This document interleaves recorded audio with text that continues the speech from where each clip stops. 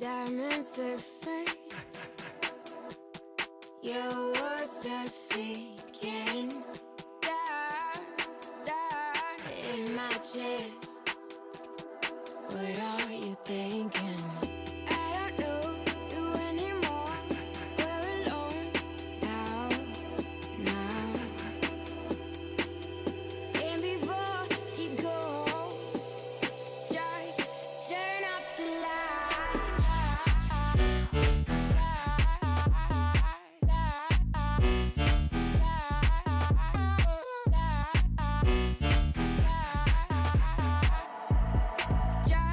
Just turn off the lights.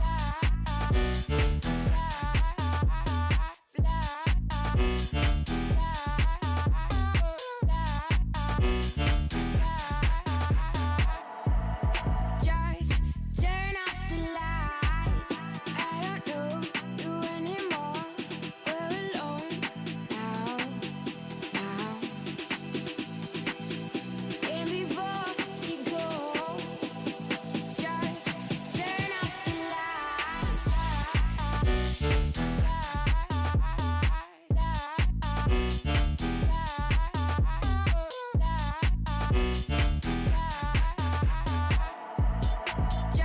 Just turn off the lights.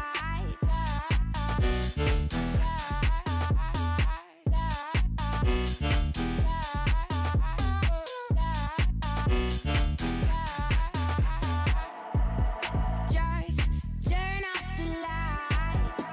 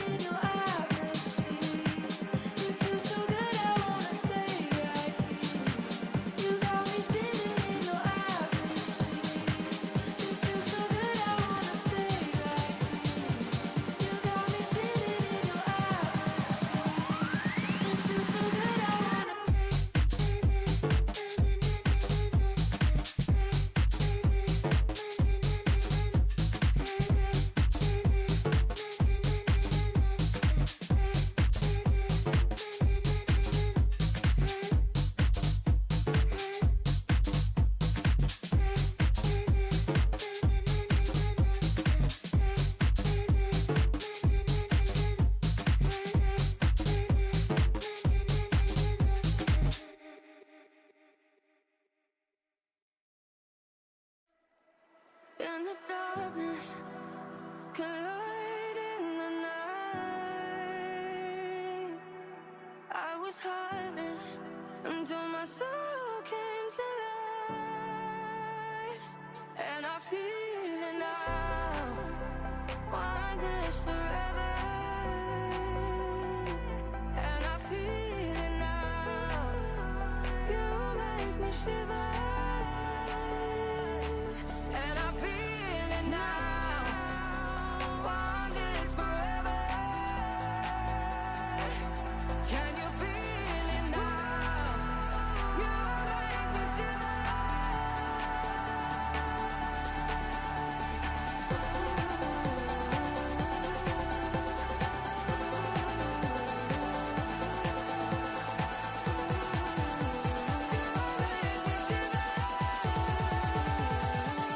Can you feel it now? Want this forever, and I feel it now. You make me shiver, and I feel it now. Want this forever. Can you feel it now? You make me shiver.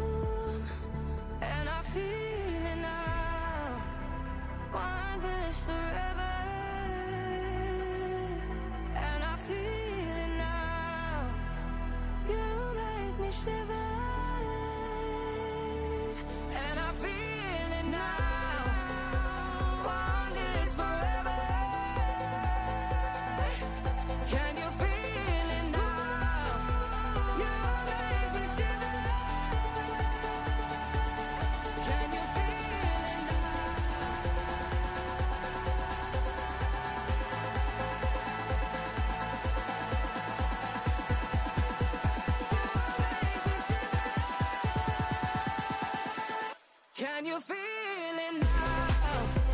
Want this forever, and I feel it now. You make me shiver, and I feel it now. Want this forever. Can you feel it now? You make me shiver.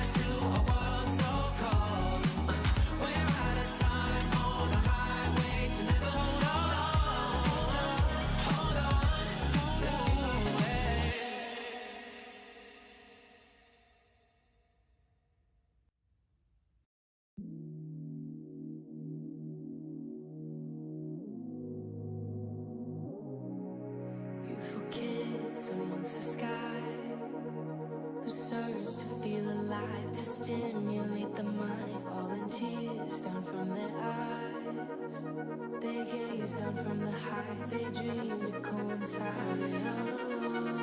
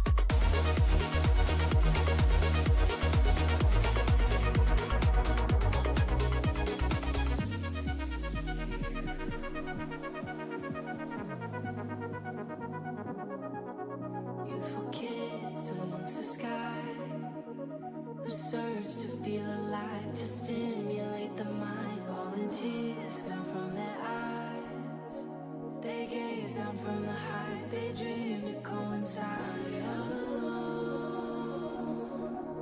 Are they all alone? Are they all alone? Are they all alone?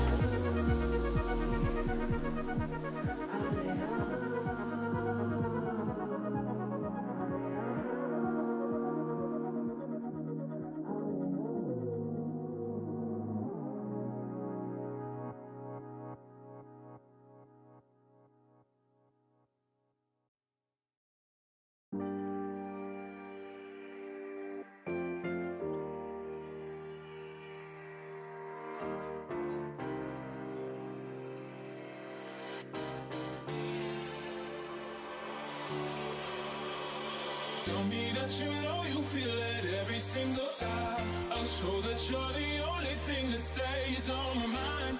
Tell me that you hold me and I'll never leave your side. I'll show that there ain't no reason for words to define our love. Oh, no, no, can't define our love. Oh, no, no, can't define our love. Oh, no, no, can't define our love. Oh, no, no.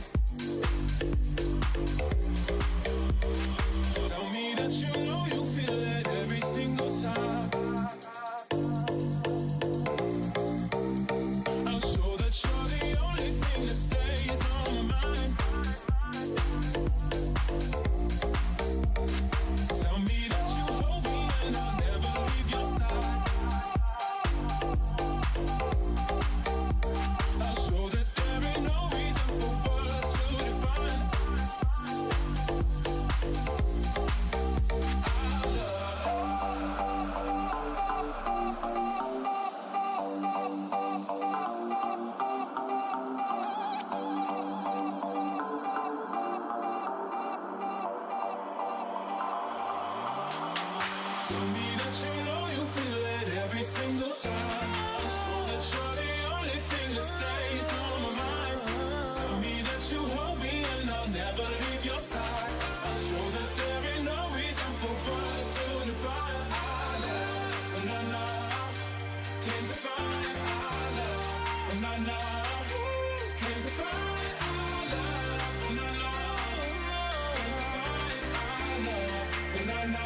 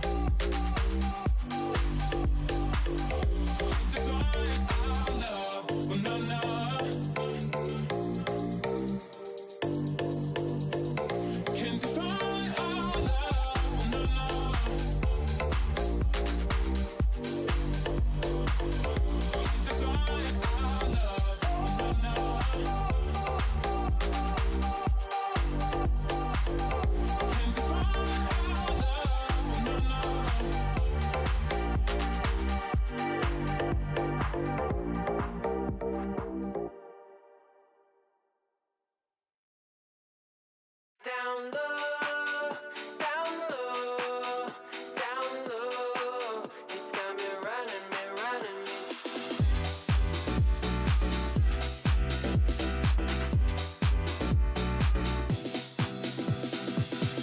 Ooh, life's got really slow. It's got me running me down low. Ooh, ooh. Life's got really slow. It's got me running me, running me.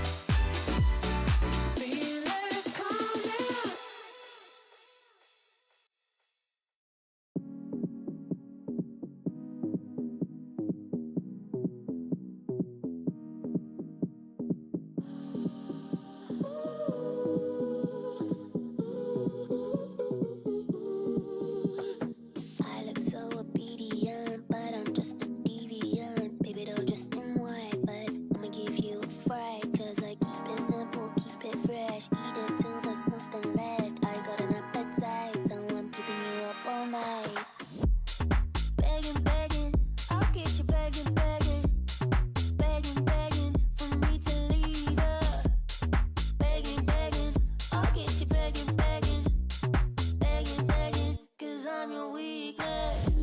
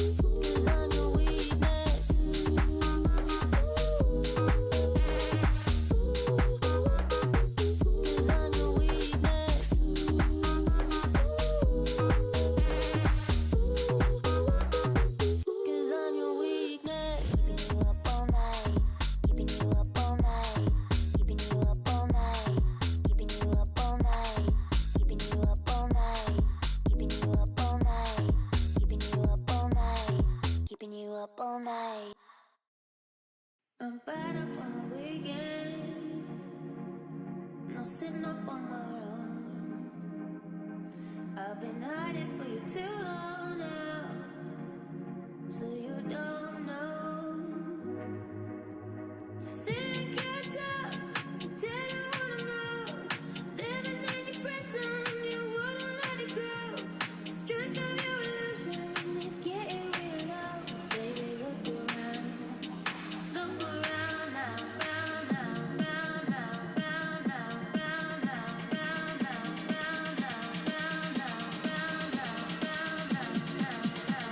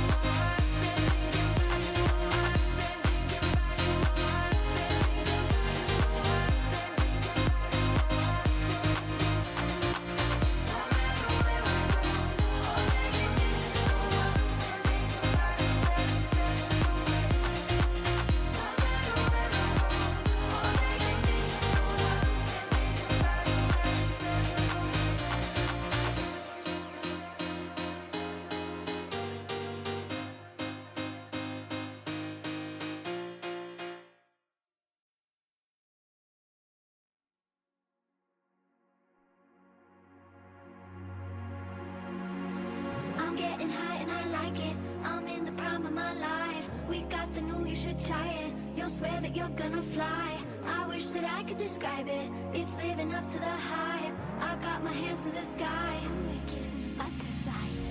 I'm getting high and I like it. I'm in the prime of my life. We got the new, you should try it. You'll swear that you're gonna fly. I wish that I could describe it. It's living up to the hype. I got my hands to the sky. Ooh, it gives me butterflies.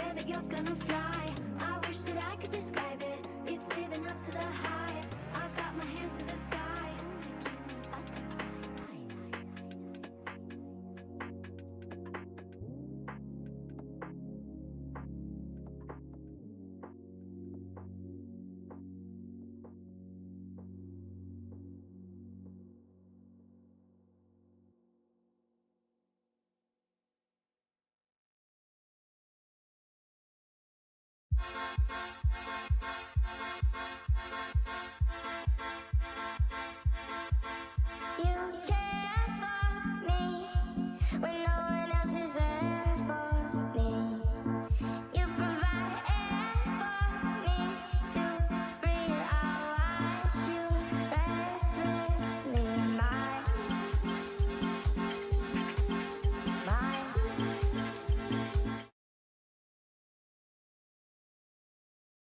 I'm too hot. Call the police and the fireman. I'm too hot. Make a dragon wanna retire, man. I'm too hot. Say my name, you know who I am. I'm too hot. And my band bought that money. Break it down. Girls hit you, hallelujah. Girls hit you, hallelujah. Girls hit you, hallelujah. Cause Uptown Funk don't give it to you. Cause Uptown Funk don't give it to you. Cause Uptown Funk don't give it to you. Saturday night and we in the spot. Don't believe me, just watch. Come on.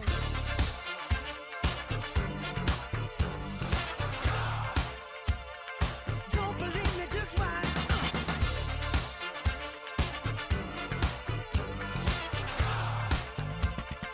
Don't believe me, just watch. Don't believe me, just watch. Don't believe me, just watch. Don't believe me, just watch. Hey, hey, hey, oh! Stop. Wait a minute. Fill my cup, put some nigga in it. Take a sip, sign the check.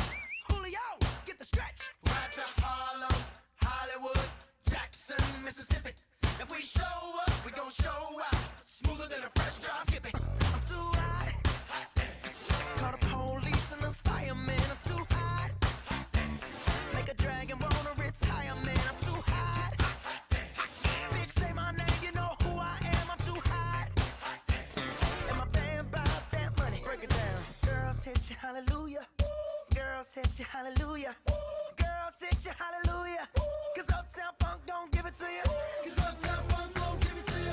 Cause Uptown Funk don't give it to you. Saturday night and we in the spot. Don't believe me, just watch. Come on.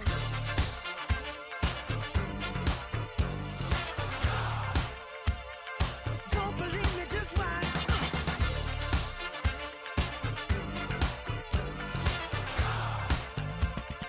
Don't believe me, just watch. Don't believe me, just watch. Don't believe me, just watch. Don't believe me, just watch. Hey, hey, hey, oh! Before we leave, let me tell y'all a little something. Uptown, funk you up. Uptown, funk you up. Uptown, funk you up. Uptown, funk you up. I said uptown, funk you up. Uptown, funk you up. Uptown, funk you up. Uptown, funk you up. Come on, dance, jump on it. If you sexed and flown it. If you freaked and own it.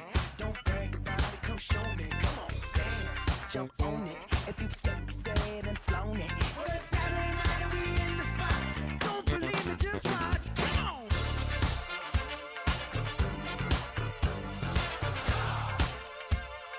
Don't believe me, just watch.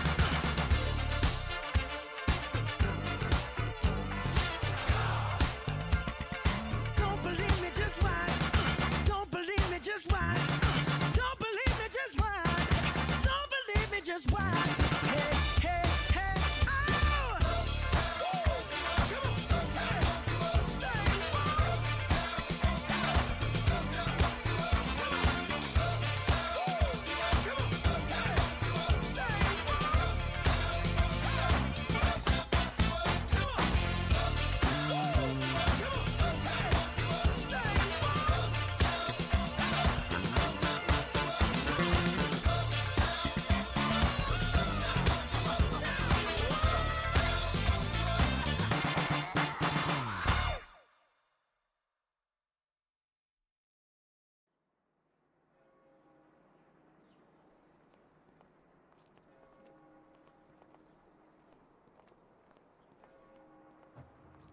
December 6, 2014.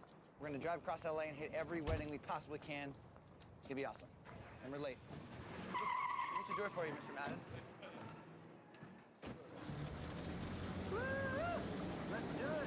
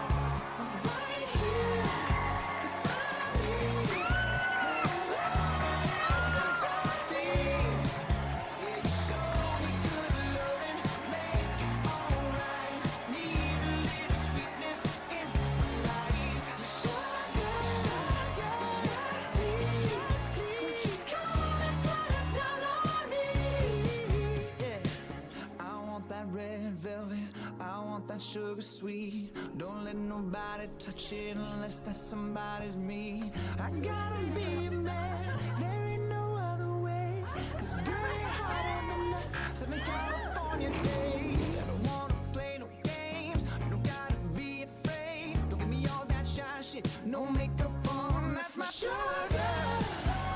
Yes, please.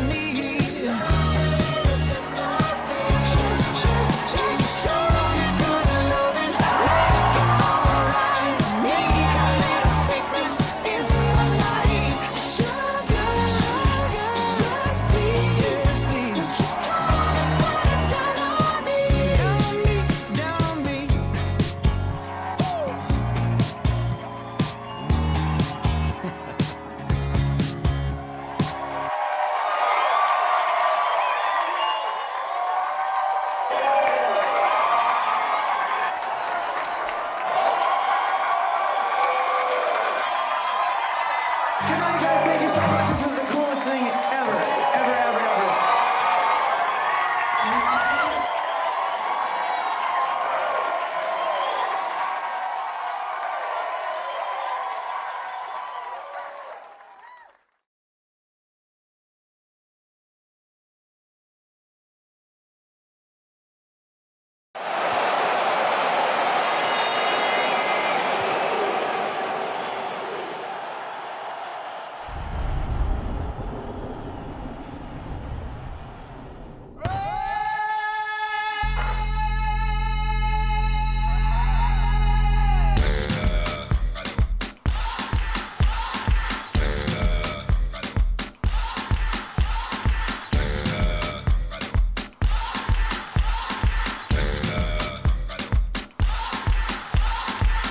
You're a good soldier, choosing your battle.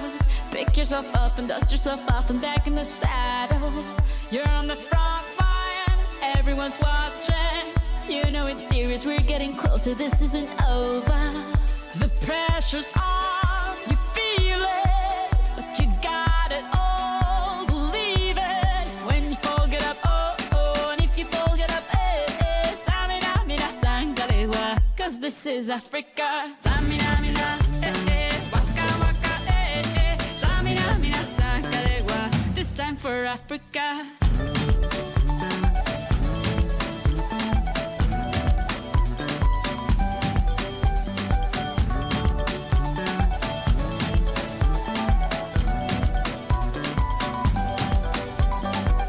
Listen to your God, this is our motto. Your time to shine, don't wait in line, y vamos por todo. People are raising their expectations. Go on and feed them, this is your moment, no hesitation. Today's your day, I feel it. You pave the way, believe it. If you get down, get up, oh, oh. When you get down, get up, eh, eh. Samina, mina, sangalewa, this time for Africa. Samina, mina, eh, eh. Waka, waka, eh, eh. Samina, mina, sangalewa, anawa, ah, ah. Samina, mina, eh, eh. Waka, waka, eh, eh. Samina, mina, sangalewa, this time for Africa. I'm well on my journey, biggie, biggie mama, 1A to Z. My teacher's all on my journey, biggie, biggie mama, from east to west. My tea, waka, waka, my waka, waka, my Sangin' since summer's in Booye, 'cause this is Africa.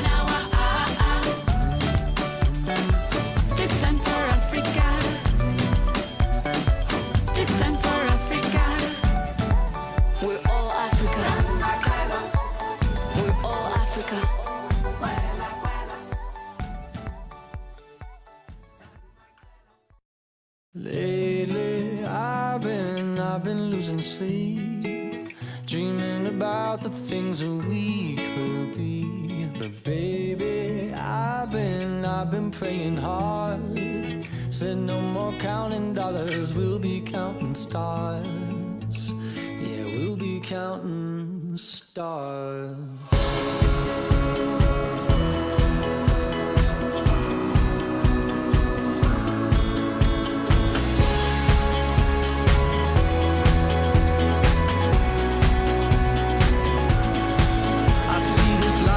Like a swinging vine, swing my heart across the line. In my face is flashing signs. Seek it out and ye shall find. Old, but I'm not that old. Young, but I'm not that bold. And I don't think the world is sold. I'm just doing what we're told. I feel something so right, doing the wrong thing.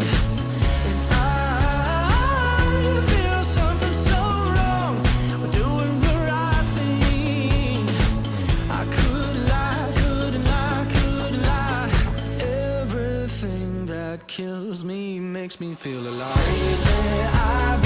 I've been losing sleep, dreaming about the things that we could be. But baby, I've been praying hard. Said no more counting dollars, we'll be counting stars.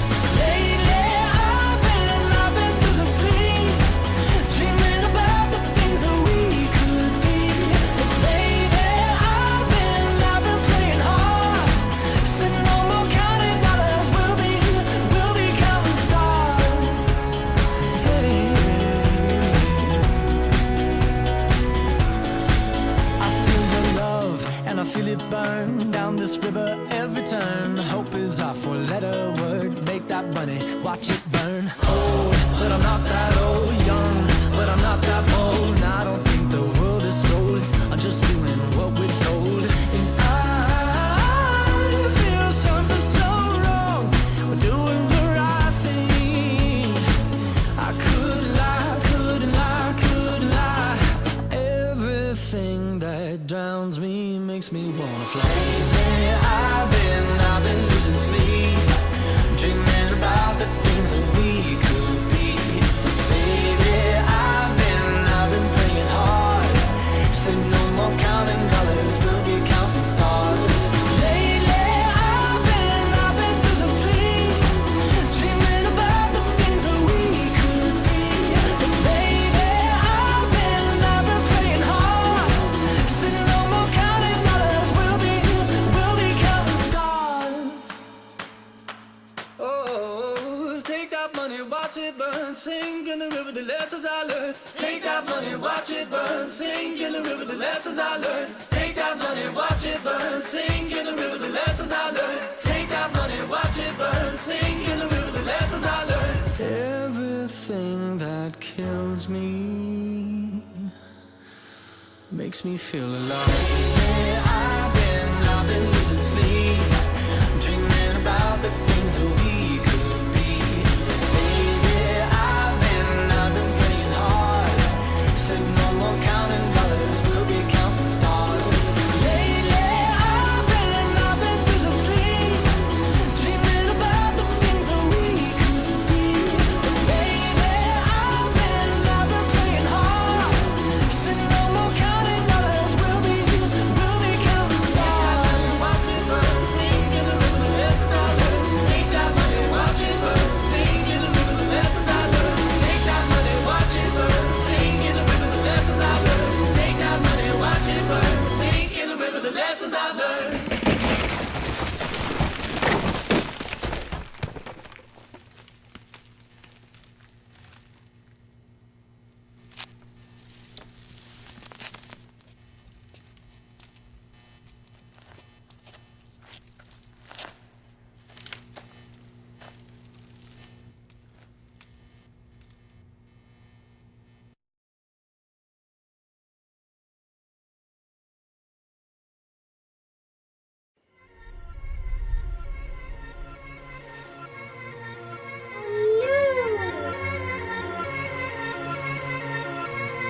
Yeah, y'all know what it is.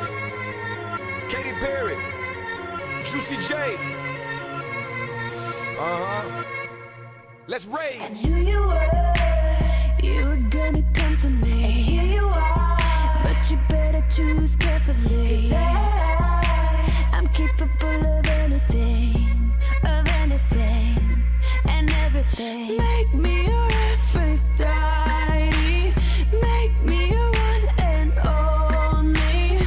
Don't make me your enemy, your enemy, your enemy. So you wanna play with magic? Boy, you should know what you're falling for. Baby, do you dare to do this? 'Cause I'm coming at you like a dark horse. Are you ready for a perfect storm, perfect storm? 'Cause what's your mind, what's your mind? There's no going back.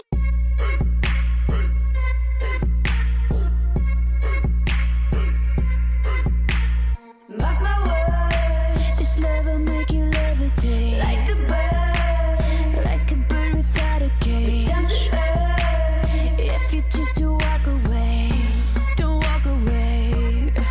It's in the palm of your hand now, baby. It's a yes or no, no maybe. So just be sure before you give it all to me, all to me. Give it all to me. So you wanna play with magic?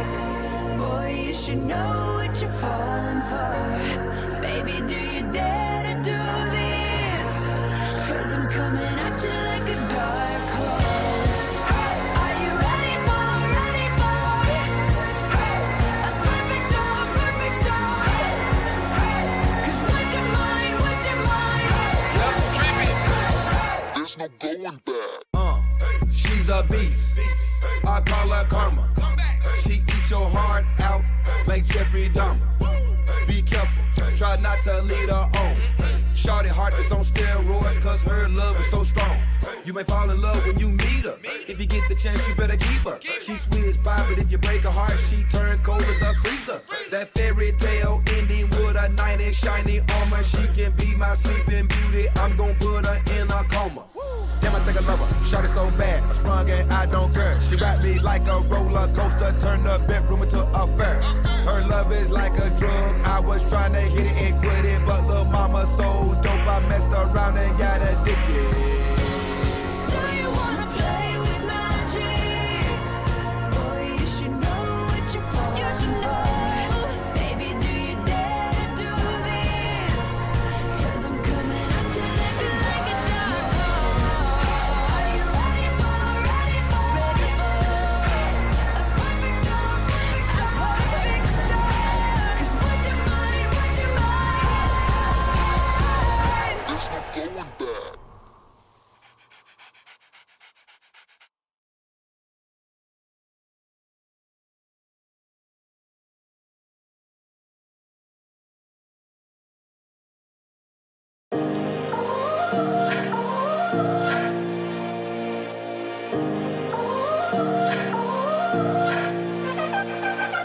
You gotta go and get angry at all of my honesty. You know I try, but I don't do too well with apologies. I hope I don't run out of time, 'cause someone call a referee. 'Cause I just need one more shot, have forgiveness. I know you know that I made those mistakes maybe once or twice. And by once or twice, I mean maybe a couple of 100 times. So let me redeem on myself tonight. 'Cause I just need one more shot, second chances. Yeah. Is it too late now to say sorry? 'Cause I'm missing more than just your body. Oh, is it too late now to say sorry? Yeah, I know that I let you down. Is it too late to say sorry now? I'm sorry. Yeah.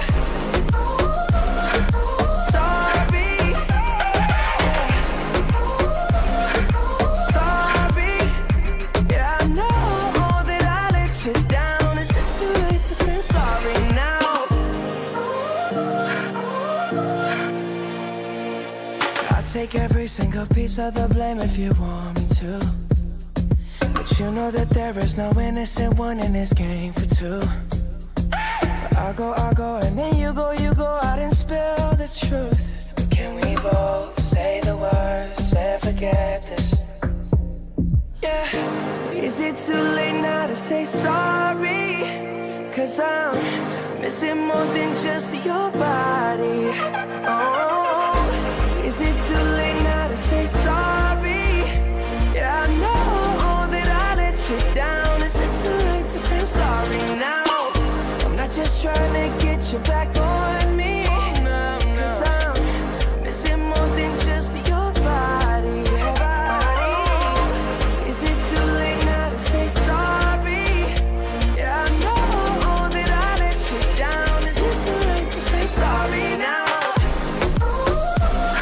I'm sorry. Yeah. Sorry. Sorry. Yeah, I know that I let you down. Is it too late to say sorry now? I'm sorry. Yeah. Sorry. Sorry. Yeah, I know that I let you down. Is it too late to say I'm sorry now?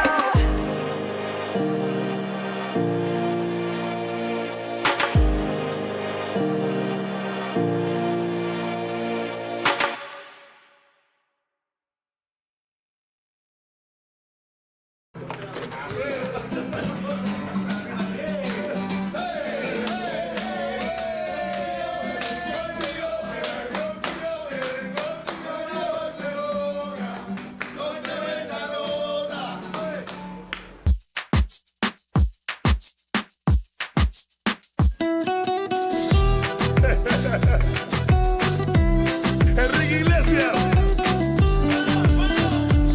Gente de zona. Desame.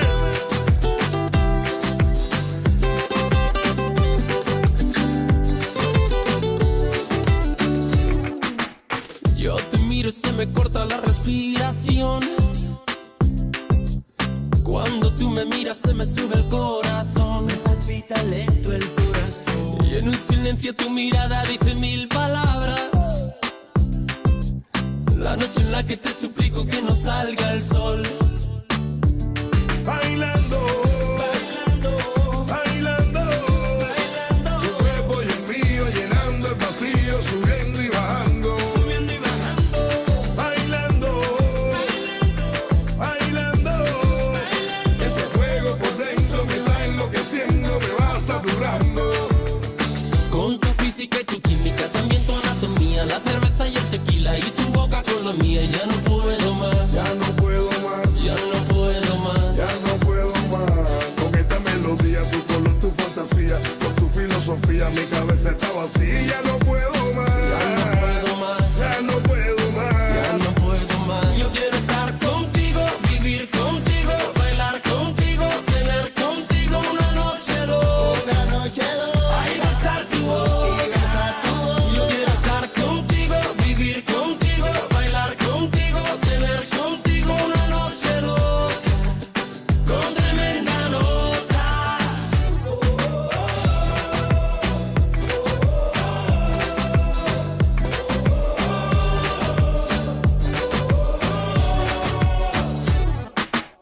Tú me miras y me llevas a otra dimensión.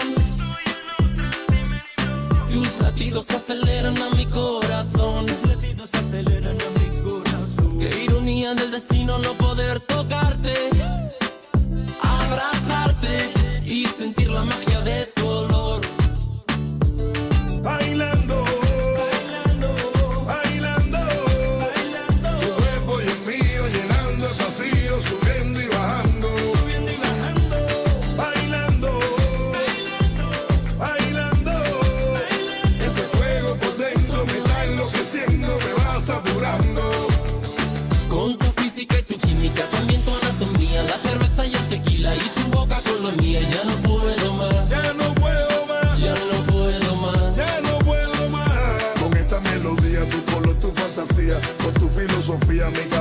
estaba así, ya no puedo más. Ya no puedo más. Ya no puedo más. Ya no puedo más. Yo quiero estar contigo, vivir contigo, bailar contigo, tener contigo una noche loca. Ay, besar tu boca. Yo quiero estar contigo, vivir contigo, bailar contigo, tener contigo una noche loca. Con tremenda nota.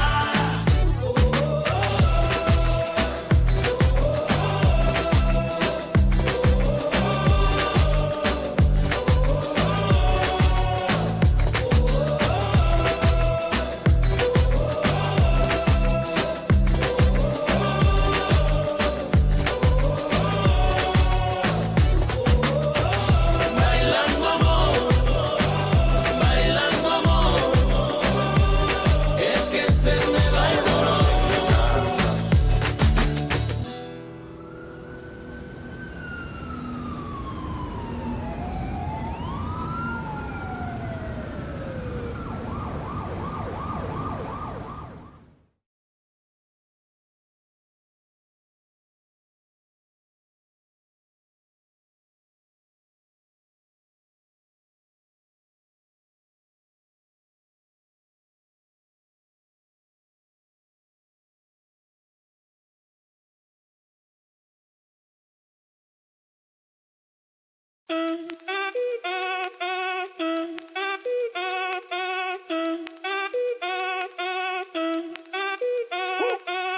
Si el ritmo te lleva a mover la cabeza, ya empezamos como es.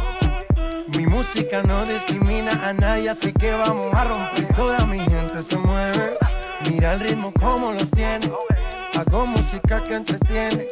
El mundo nos quiere, me quiere a mí. Toda mi gente se mueve, mira el ritmo como los tiene.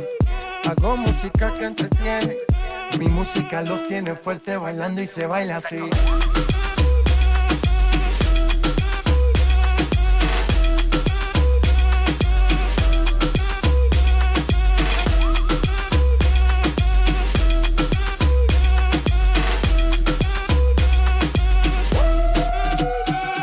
Estamos rompiendo la discoteca, la fiesta no para, apenas comienza. C'est comme si, c'est comme ça, ma chérie. La la la la la. Francia, Colombia, me gusta. Freeze. Y Balvin, Willy William, me gusta. Freeze. Los DJ no mienten, le gusta a mi gente y eso se fue muy bien. No le bajamos, mas nunca paramos, es otro palo y blanco. ¿Y dónde está mi gente? Me fait bouger la tête. ¿Y dónde está mi gente? Say yeah, yeah, yeah. 1, 2, 3, Lego.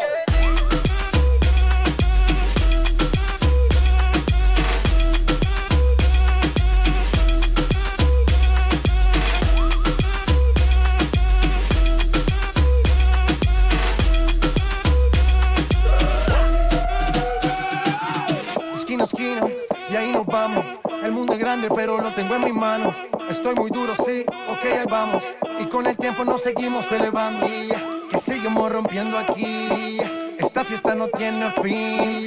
Botellas para arriba, sí. Los tengo bailando, rompiendo y yo sigo aquí. Que seguimos rompiendo aquí. Esta fiesta no tiene fin. Botellas para arriba, sí. Los tengo bailando, rompiendo. ¿Y dónde está mi gente? Me fait bouger la tête. ¿Y dónde está mi gente? Say yeah, yeah, yeah. 1, 2, 3, Lego.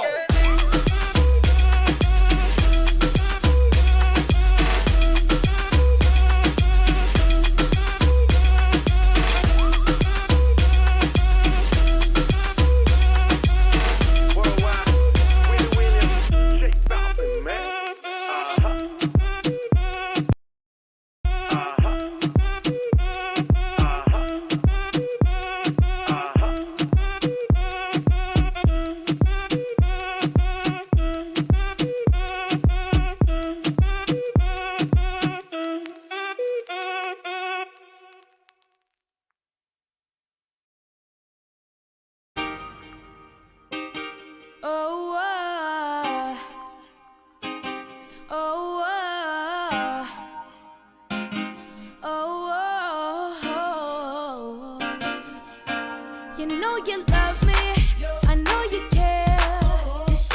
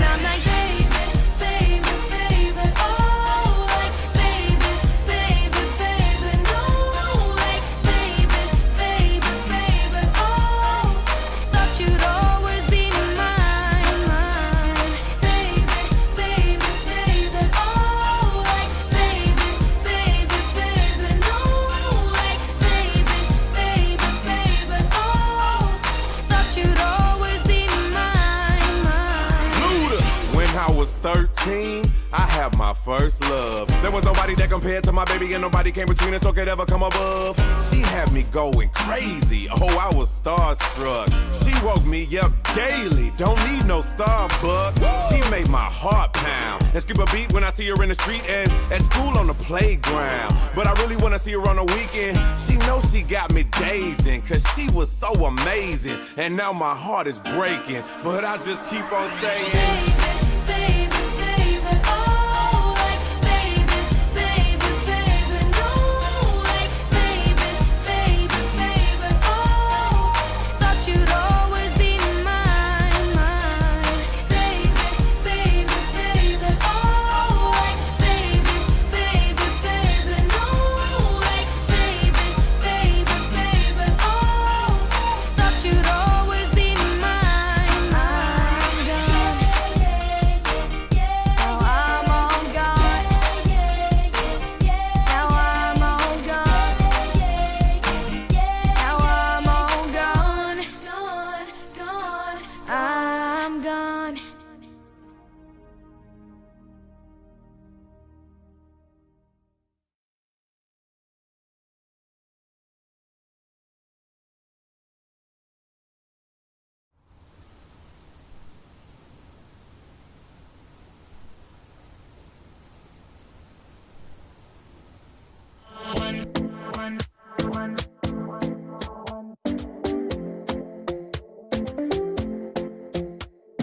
Talking in my sleep at night, making myself crazy. Out of my mind, out of my mind. Wrote it down and read it out, hoping it would save me. Too many times, too many times. My love, he makes me feel like nobody else, nobody else. But my love, he doesn't love me, so I tell myself, one, don't pick up the phone. You know he's only calling cause he's drunk and alone. Two, don't let him in. You have to kick him out again. Three, don't be his friend. You know you're gonna wake up in his bed in the morning. And if you're under him, you ain't getting over him. I got no rules, I count him.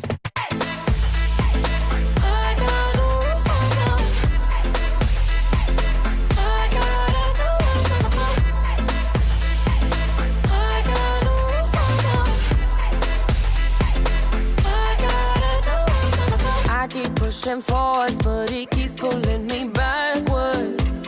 Nowhere to turn, nowhere to turn. No, now I'm standing back from it. I finally see the pattern. I never loved. He doesn't love me, so I tell myself, I do.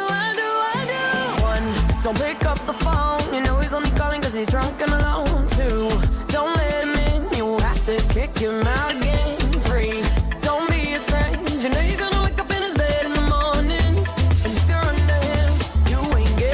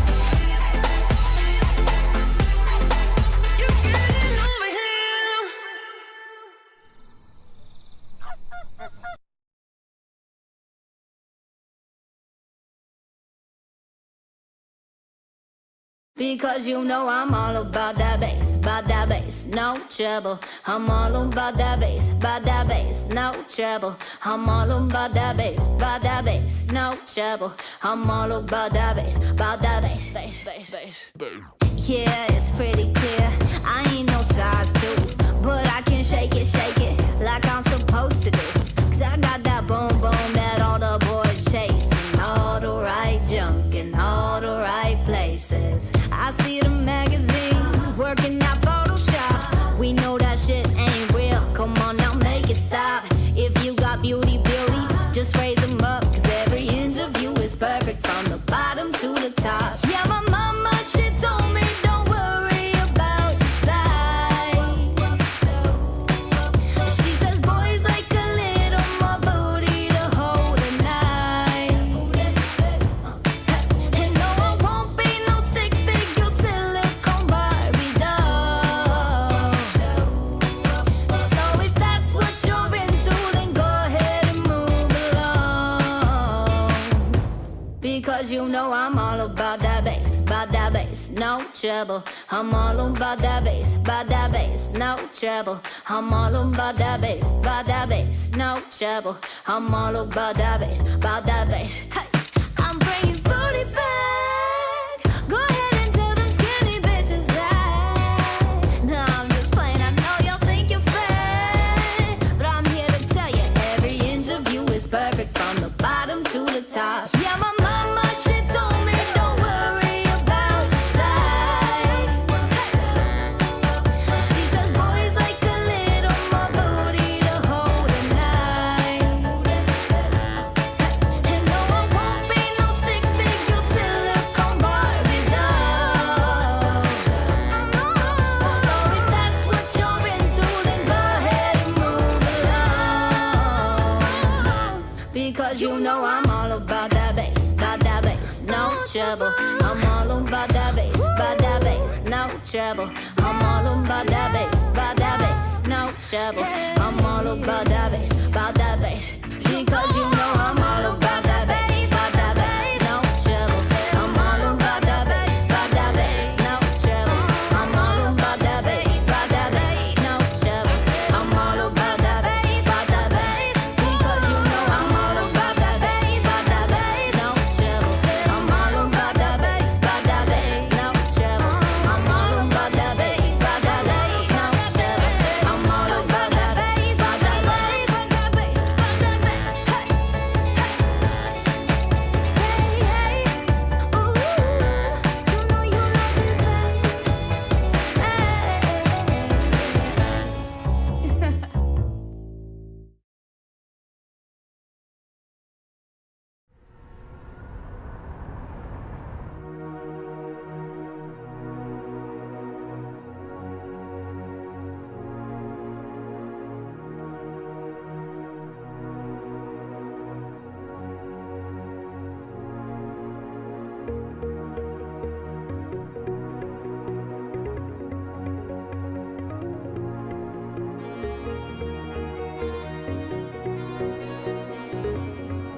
J-Lo, ya tú sabes, no hay más nada.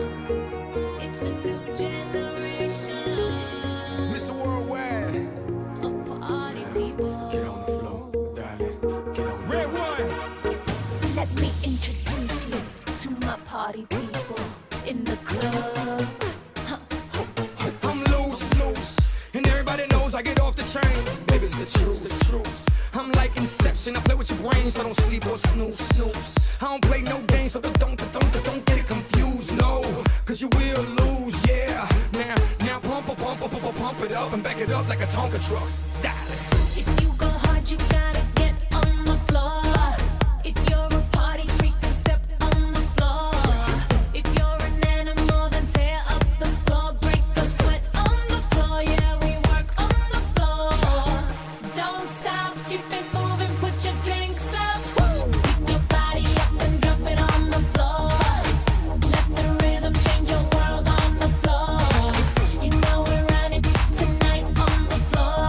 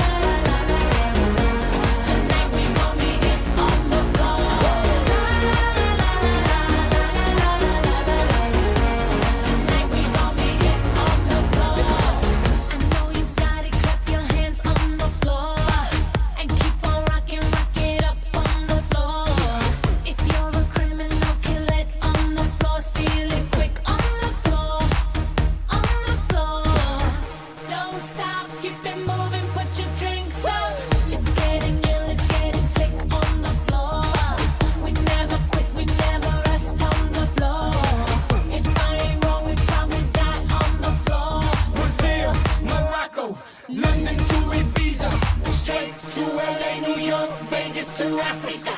Dance the night away, live your life and stay young on the floor. Dance the night away, grab somebody, drink a little more.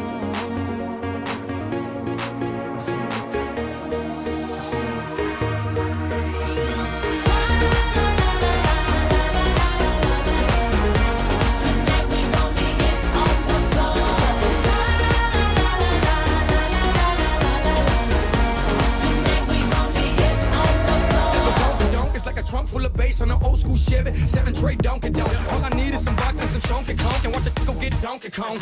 Baby, if you ready for things to get heavy, I get on the floor and act a fool if you let me. Lie. Don't believe me, just bet me. My name ain't Keith, but I see the way you sweat me. L.A., Miami, New York, say no more, get on the floor.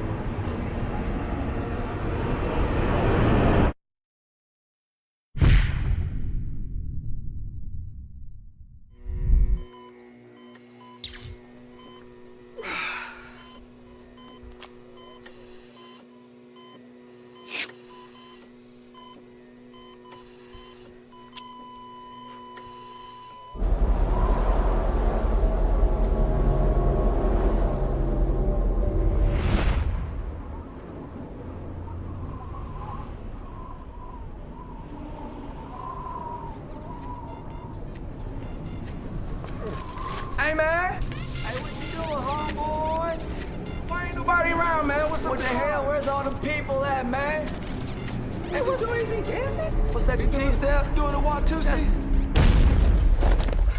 What the hell is wrong with y'all? Y'all insane? What you mean? What's going on? Ever since that song came out, every day they've been shuffling. Monday shuffle, Tuesday shuffle, everybody. The whole world. I ain't scared of everything. It will get in your bones. The truth. It's playing. I'm gonna see you smoking. Oh, there you go. No.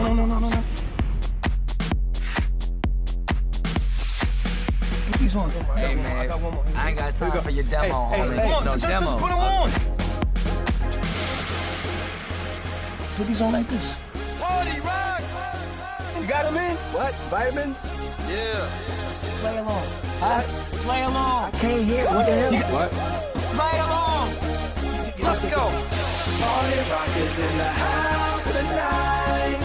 Everybody just have a good time. Yeah. And we gon' make you lose your mind. Everybody just have a good time. Party rock is in the house tonight. Everybody just have a good time. I can feel this, And we gon' make you lose your mind. Yeah. We just wanna see you Shake that.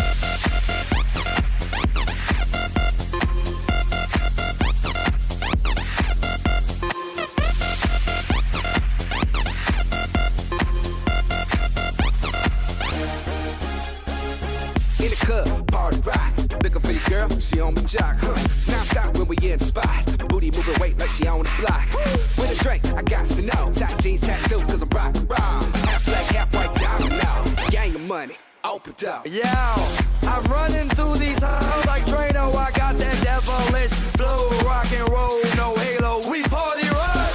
Yeah, that's the crew that I'm repping on a rise to the top. No lead in our Zeppelin. Hey, Party rock is in the house tonight. Woo! Everybody just have a good time. yeah. And we gon' make you lose your mind. Everybody just have a good time. Let's go. Party rock is in the house tonight. Everybody just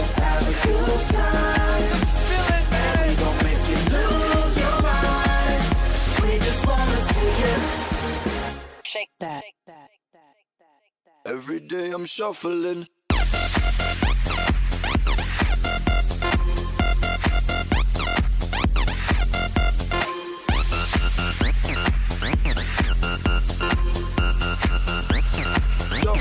Shuffling.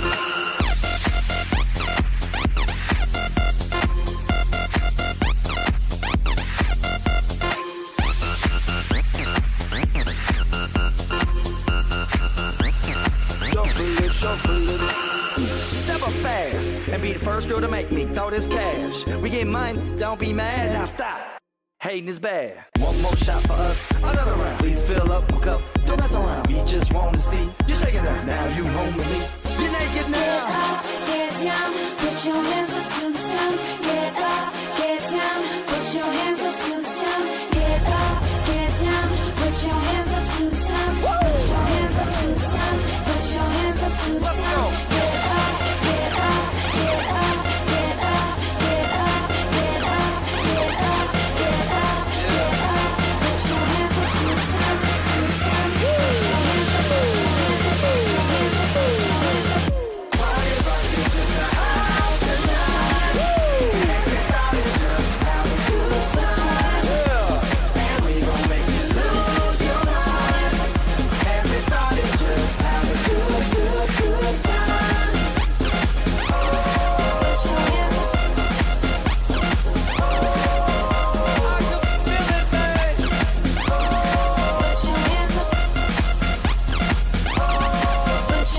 up. Every day I'm shuffling.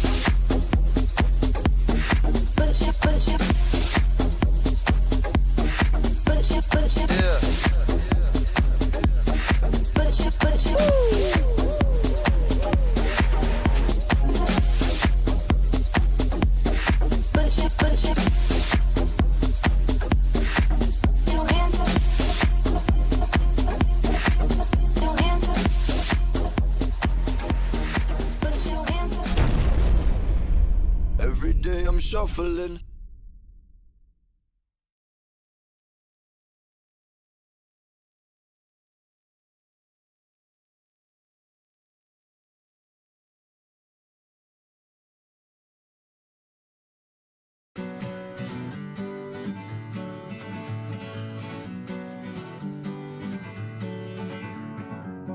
Feeling my way through the darkness, guided by a beating heart. I can't tell where the journey will end, but I know where to start.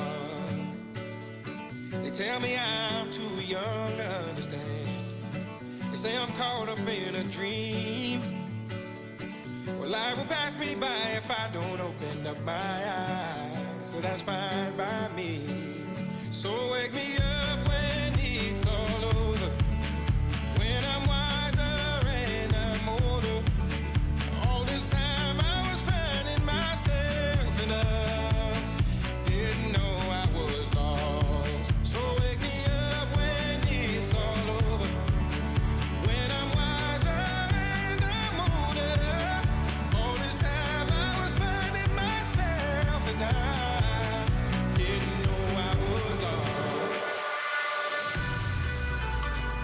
The others, they don't like us. Yeah, I know. Why?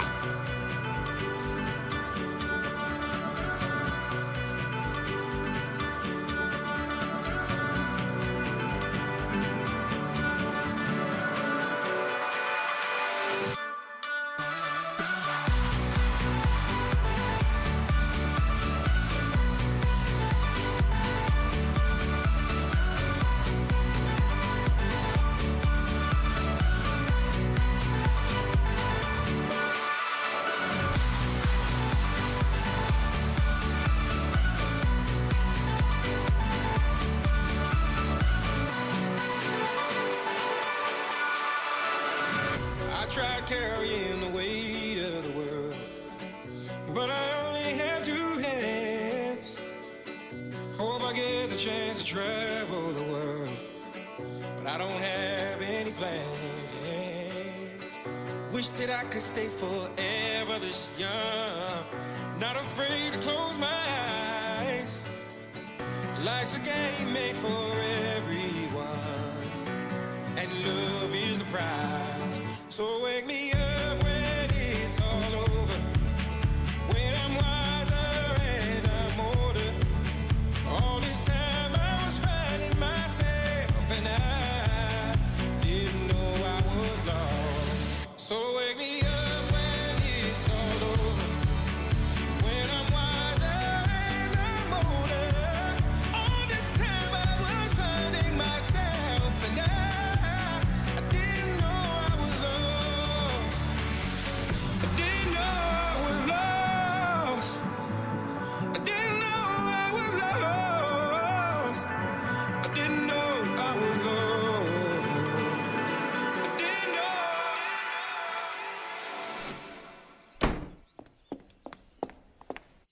Get up. Pack your things. Where are we going? Somewhere we belong.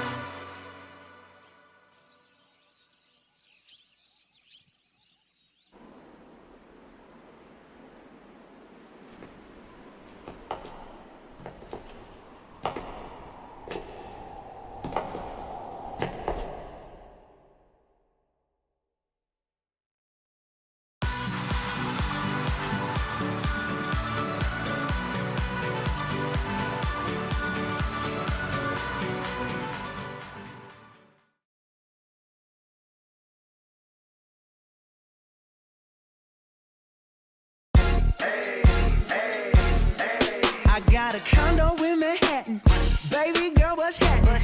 You and your ass invited, so gonna get to clapping. Go pop it for a plan, pop it for me. Turn around and drop it for a plan, drop it for me. I'll rent a beach house in Miami. Wake up with no jammies. Lobster tail for dinner. Julio served that scampi. You got it if you want it. Got it if you want it. Said you got it if you want it. Take my wallet if you want it now. Jump in the Cadillac. Girl, let's put some miles on it. Anything you want, just to put a smile on it. You deserve it, baby. You deserve it all. And I'm gonna give it to you. Gold jewelry shining so bright. Strawberry champagne on us. Lucky for you, that's what I like. That's what I like. Lucky for you, that's what I like. That's what I like. Sex by the fire at night.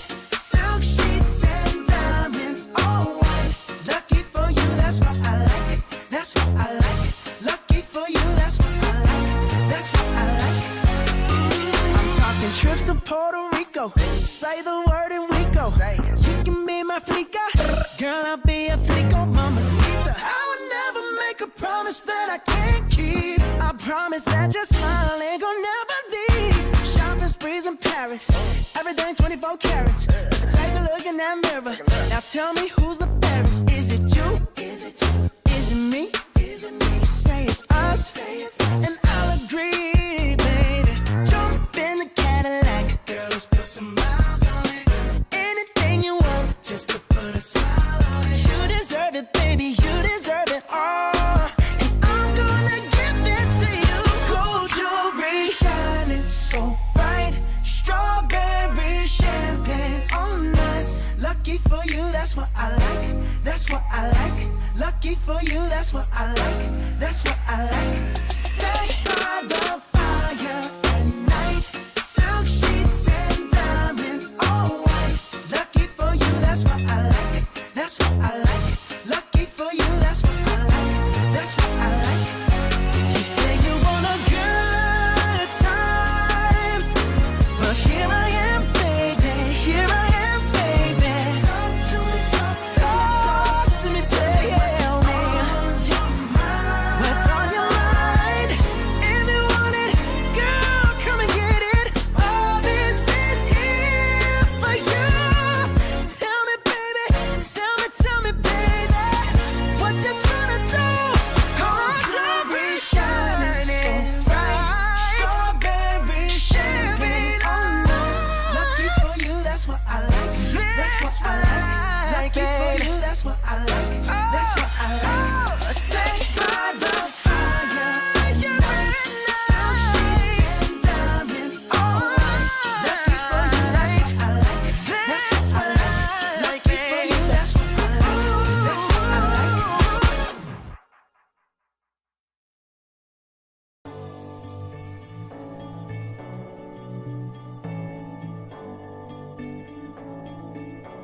I've been reading books of old, the legends and the myths, Achilles and his gold, Hercules and his gifts, and Spider-Man's control, and Batman with his fists. And clearly I don't see myself upon that list. But she said, where'd you wanna go? How much you wanna risk? I'm not looking for somebody with some superhuman gifts, some superhero, some fairy tale bliss. Just something I can turn to, somebody I can kiss. I want something just like this.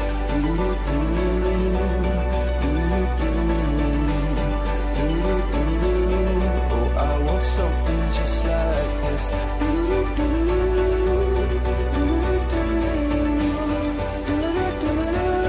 Oh, I want something just like this.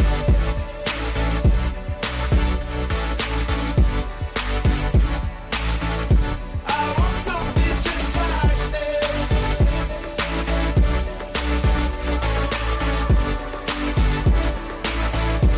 I've been reading books of old, the legends and the myths, the testaments they told, the moon and its eclipse, and Superman unrolls the suit before he lived. But I'm not the kind of person that it fits. She said, where'd you wanna go? How much you wanna risk? I'm not looking for somebody with some superhuman gifts, some superhero, some fairy tale bliss. Just something I can turn to, somebody I can miss. I want something just like this.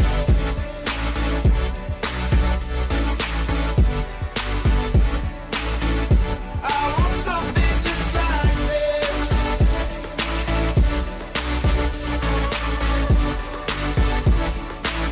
Oh, I want something just like this.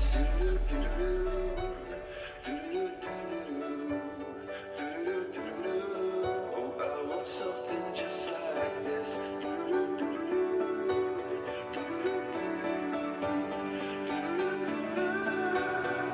Where'd you wanna go?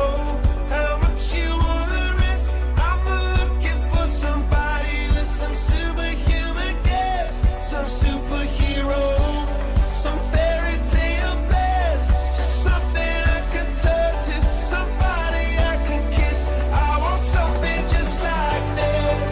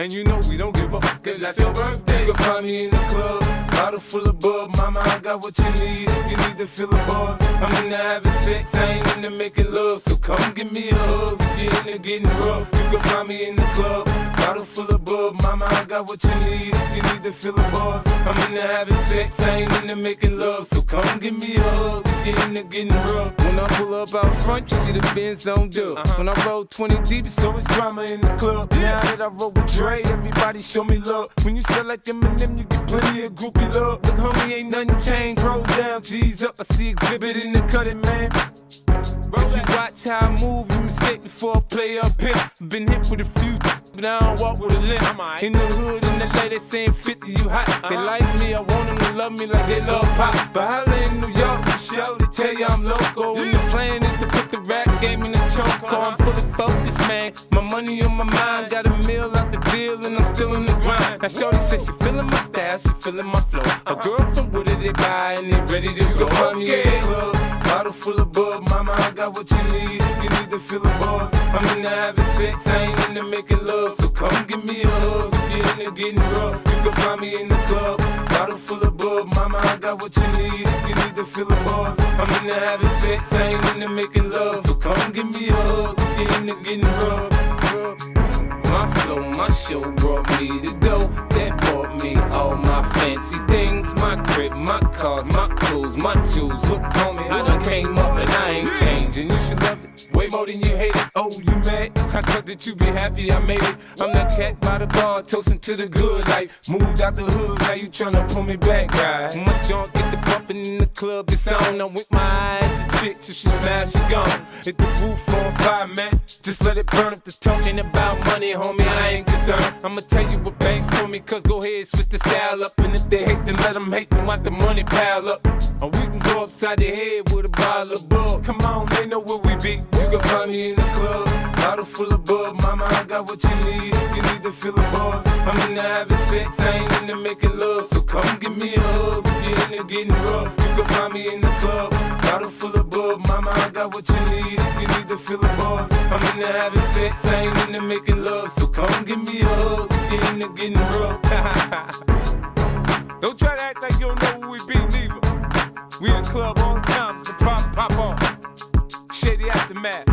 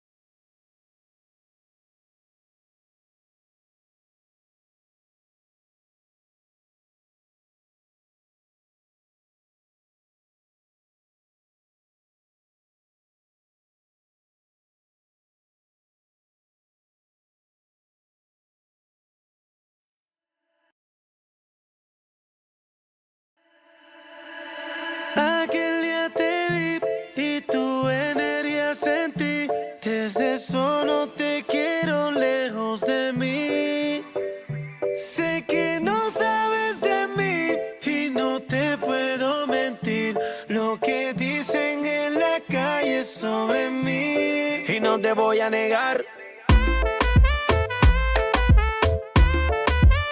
Estamos claros y ya. No te lo voy a negar. No te lo puedo negar. Estamos claros y ya. Estamos claros. Estamos claros. Solo deja que yo te agarre, baby. Besos en el cuello pa' calmar la sed. Mi mano en tu cadera pa' empezar como ves. No le vamos a bajar más nunca, mamá. Baila, placata, placata. Como ella lo mueve, sin parar, sin parar. Las ganas de comerte, ahora son más fuertes. Quiero tenerte y no te voy a negar. Estamos claros y ya. No te lo voy a negar. Estamos claros y ya.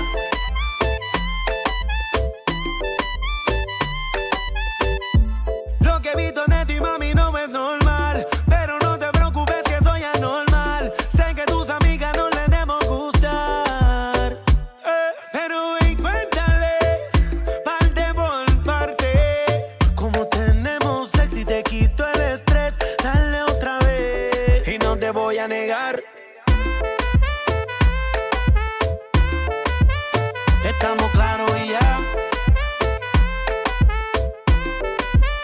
No te lo voy a negar.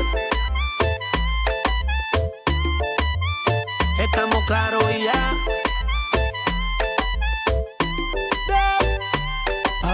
Baila, placata, placata. Como ella lo mueve, sin parar, sin parar. Las ganas de comerte, ahora son más fuertes. Quiero tenerte y no te voy a negar.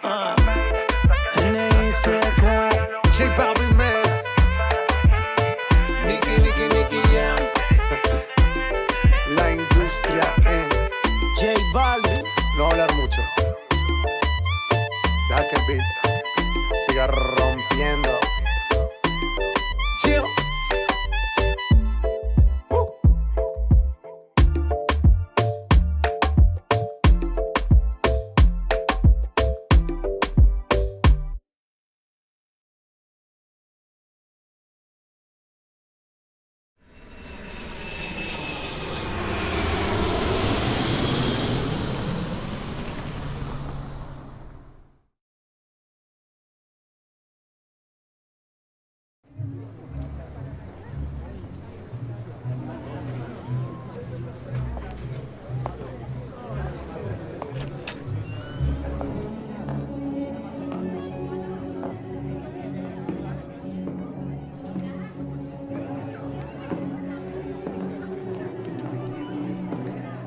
Yo, las chicas son bonitas, pero como que el ambiente está como aburrido. Like, there's no life. They certainly acting like they don't stay. You wanna be out?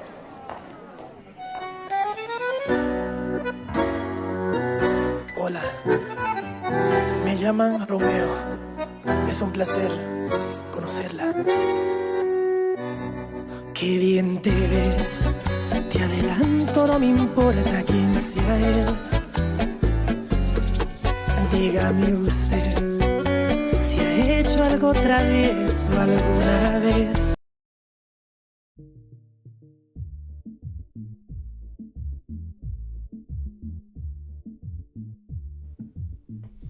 Déjame ver en qué están estas mujeres.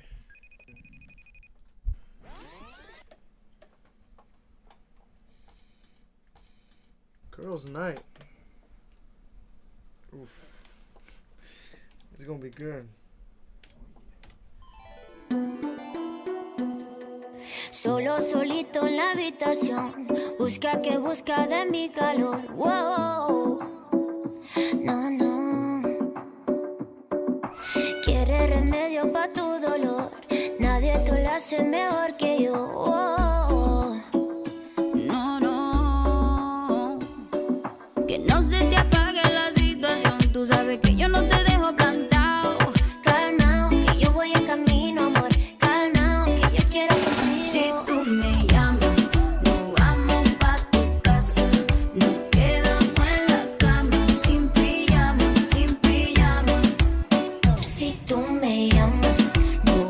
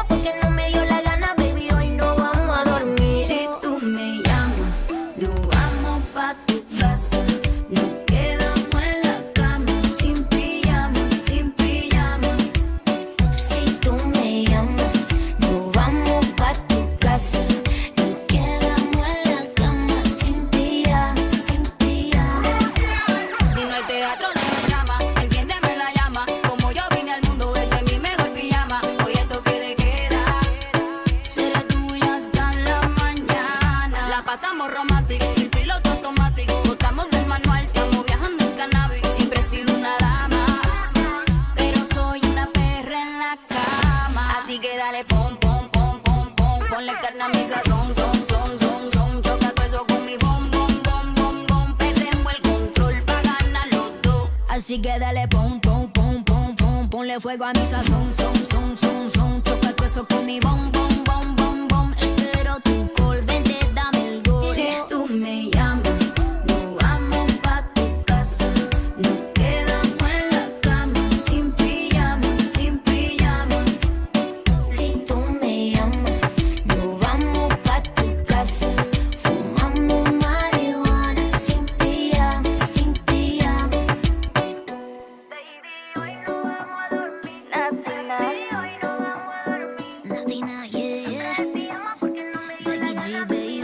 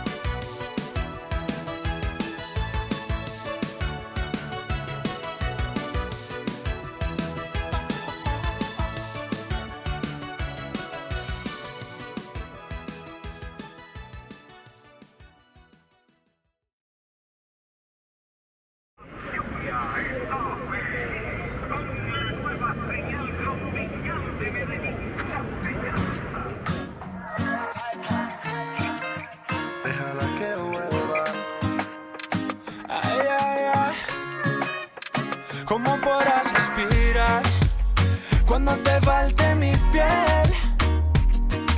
Si fuiste tú quien se alejó, pero esta vez no me dolió, baby. No quiero verte llorar por mí. Entiendo, no sabes perder, aunque esta vez no va a ser tan fácil. Yo te lo juro, no va a ser tan fácil. Lo hiciste difícil. La tengo clara, si preguntan por ti diré. Volverá como la primera vez. Déjala que vuelva. Ella conoce solita el camino conmigo. Volverá como la primera vez. Déjala que vuelva. Ella conoce solita el camino conmigo.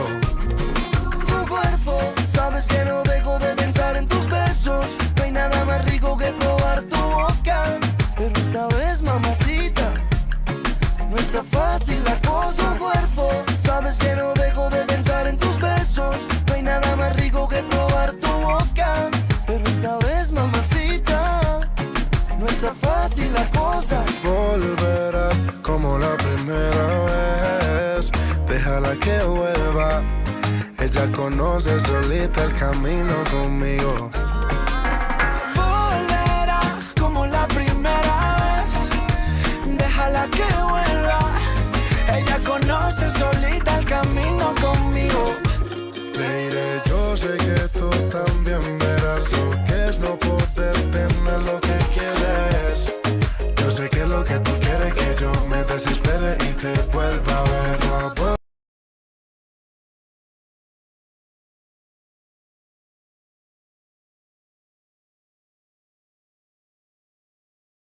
On the set of the iconic Nickelodeon sitcom Drake and Josh, the two boys seemed to be best friends, but that wasn't exactly the case. One was going through some of the darkest atrocities imaginable, and the other was also experiencing an extremely complicated childhood, but they did not tell each other what was going on, and as a result, the two had one of the most catastrophic public falling outs in Nickelodeon history. For years, fans have wondered exactly what went wrong, why their relationship soured, and recently they came together and discussed everything on a 2-hour podcast that connected all of the missing pieces that we were left in the dark about for decades. While most celebrity stories and feuds feel unrealistic and manicured to fuel public interest, the story of Drake and Josh's complicated relationship is very relatable. Sure, none of us can truly relate to the pressure of being a child star while also dealing with the horrors behind the scenes, but the complications between Drake and Josh resemble a difficult relationship that you might have with a friend, uncle, cousin, or other family member. One that follows a cycle of love, hate, tension, animosity, remorse, guilt, and reconciliation. Drake and Josh's story is not some fleeting celebrity drama. So today we're going to discuss the entire thing while addressing all of the nuances and complications of a real-life relationship. Drake and Josh's lifelong troubled relationship started from the very first time they met. Drake did not like Josh, and Josh was determined to win him over. The then 14-year-old boys met on the set of The Amanda Show, which was a sketch comedy television program that was essentially the kid-friendly version of Saturday Night Live, starring Amanda Bynes. Belle was a part of the cast since its first episode in 1999, while Peck didn't join as a regular until later seasons. I came on The Amanda Show. We didn't get along at first,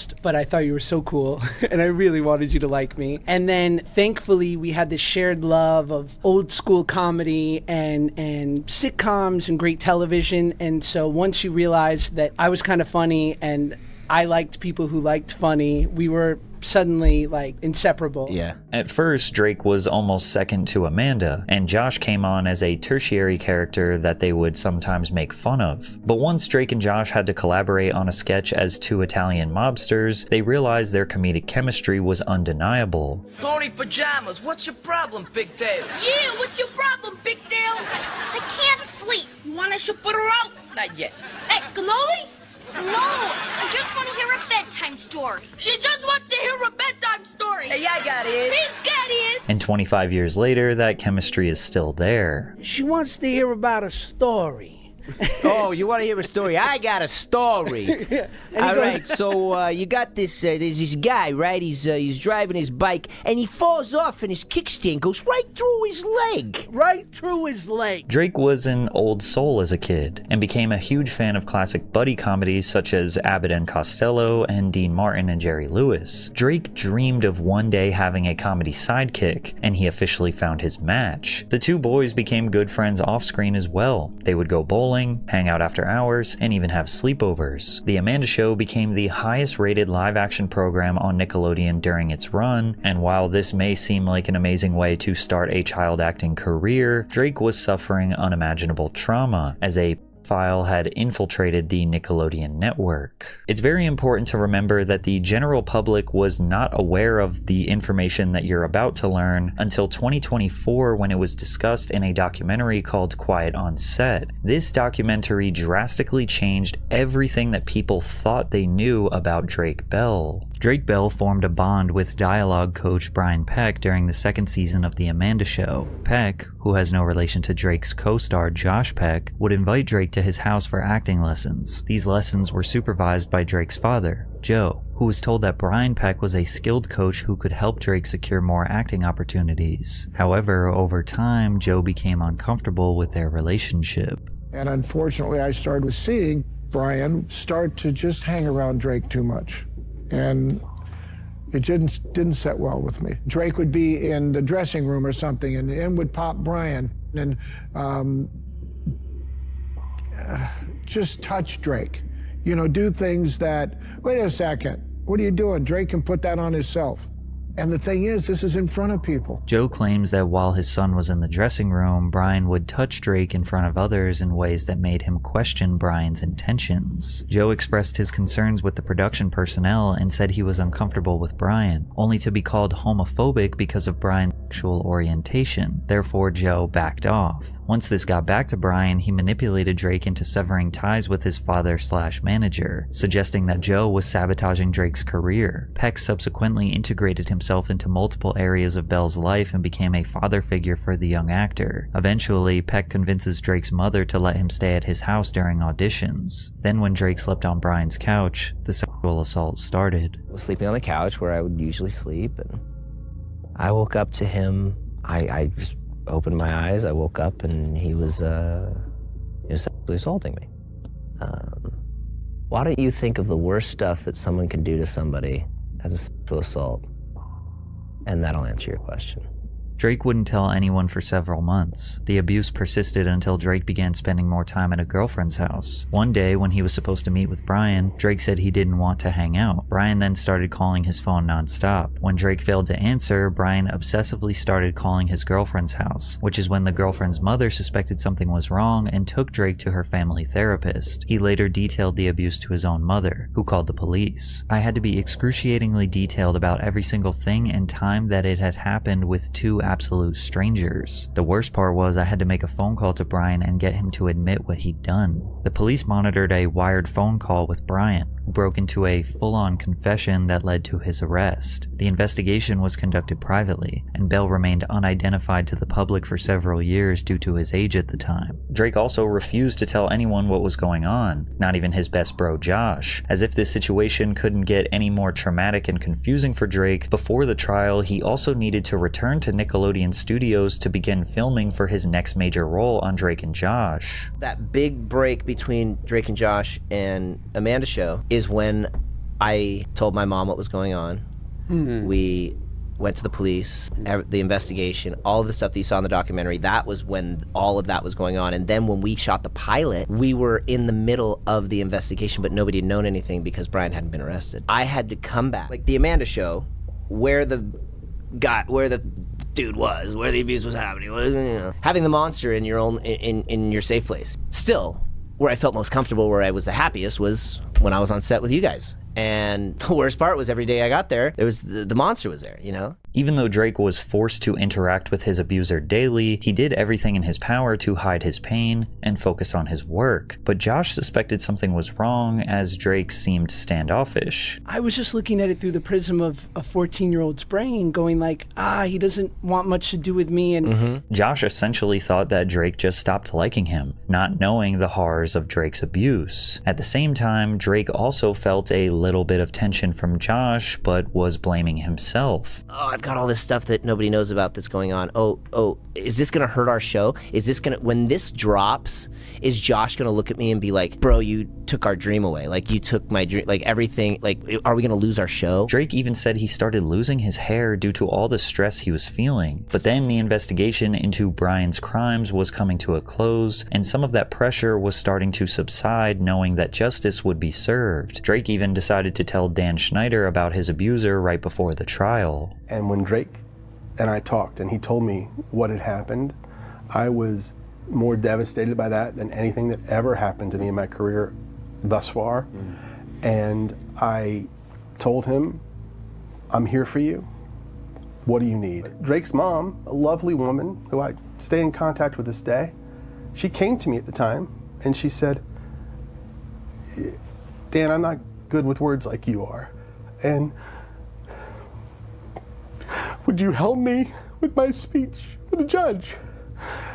And I said, of course. Brian Peck was convicted of child molestation in 2004, pleading no contest to a charge of oral copulation with a minor under 16 and a charge of performing a lewd act with a 14 or 15-year-old. He spent only 16 months in prison and was mandated to register as a sex offender. Josh, again unaware of what was going on, one day realized that he stopped seeing Brian on set and with Drake, so he asked Drake what happened. I had a feeling, because Brian, who was ever present during the Amanda show, and then he was gone, and I didn't know anything except I had a feeling something happened. And I remember we're in the car, it was you, me, and Jill, and I said, you still talk to Brian?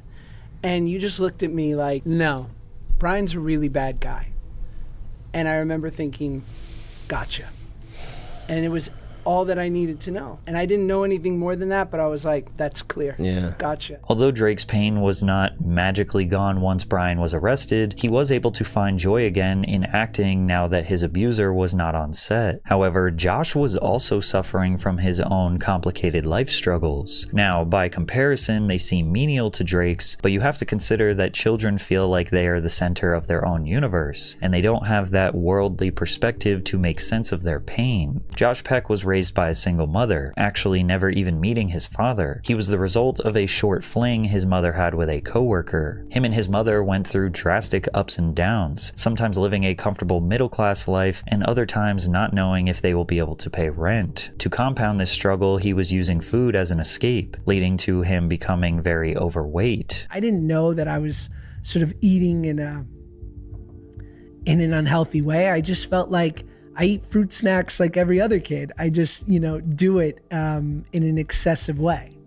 So I think that pain was just born out of what we all feel, is that it hurts to be different and it hurts to know that life is going to be challenging. Josh also used stand-up comedy and his television roles to escape his internal battles. Perhaps this is what made the two such a great duo. A silver lining to these young boys experiencing a traumatic childhood was that when they came together, they felt safe and comfortable. And because of that, they created one of the greatest live-action shows in Nickelodeon history. Drake Parker and Josh Nichols were two brothers bound by their parents' marriage, forced to live in the same house, go to the same school, hang out with the same friends, while having totally opposite personalities. Josh was the hefty, emotional dork, while Drake was a smooth-talking ladies' man who led a rock band. It was common that the Nickelodeon writers made Josh the butt of the joke. I mean, it's very easy to pick on the overweight, goofy kid. Drake, on the other hand, would often be this glamorized bad boy. He was lazy, rude, and self-centered. He would not stand up for his brother Josh. He would go hang out with girls and friends without him, and basically had a hard time accepting Josh as his brother. Okay, here's my vision.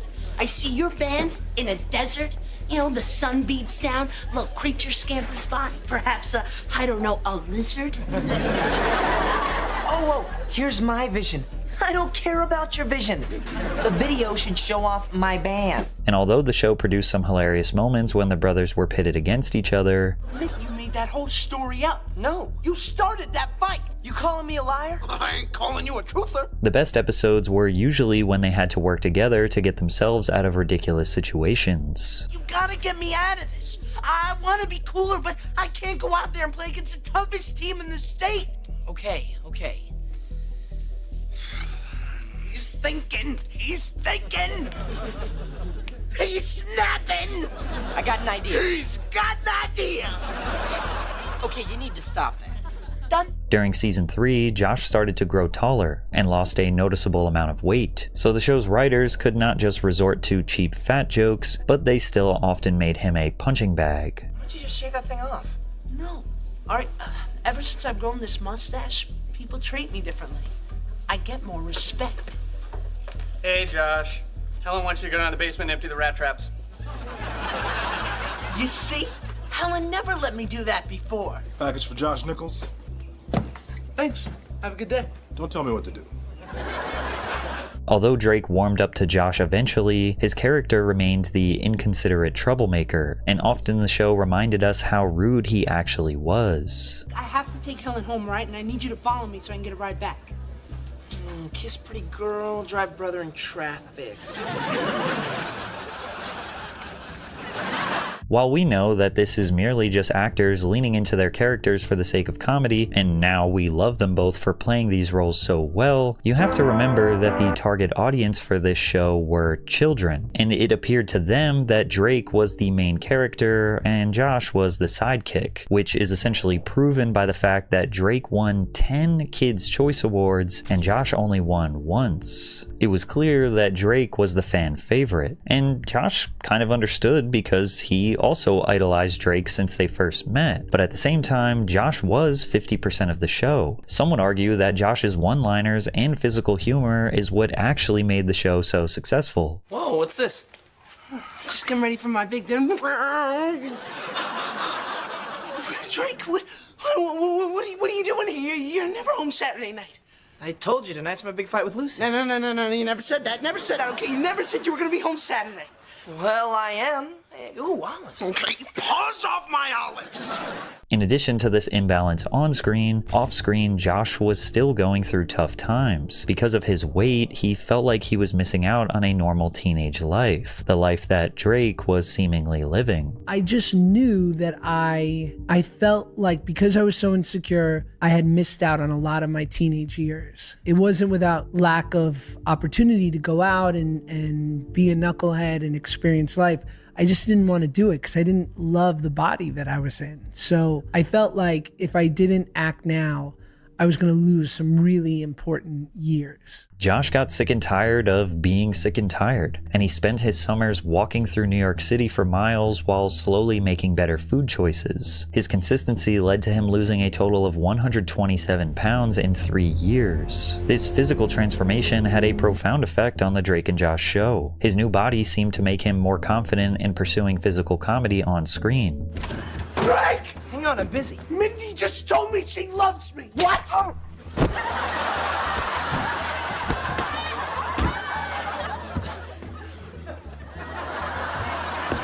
Tell me exactly how you responded when Mindy said, I love you. I didn't know what to say, so I just said, seeing chemistry, and I slammed the door in her face. And as a result, season 4 of the show produced some of the most hilarious and memorable moments. You were supposed to cut it out with the power saw. Dude, I'm gonna. Oh, really? Yes.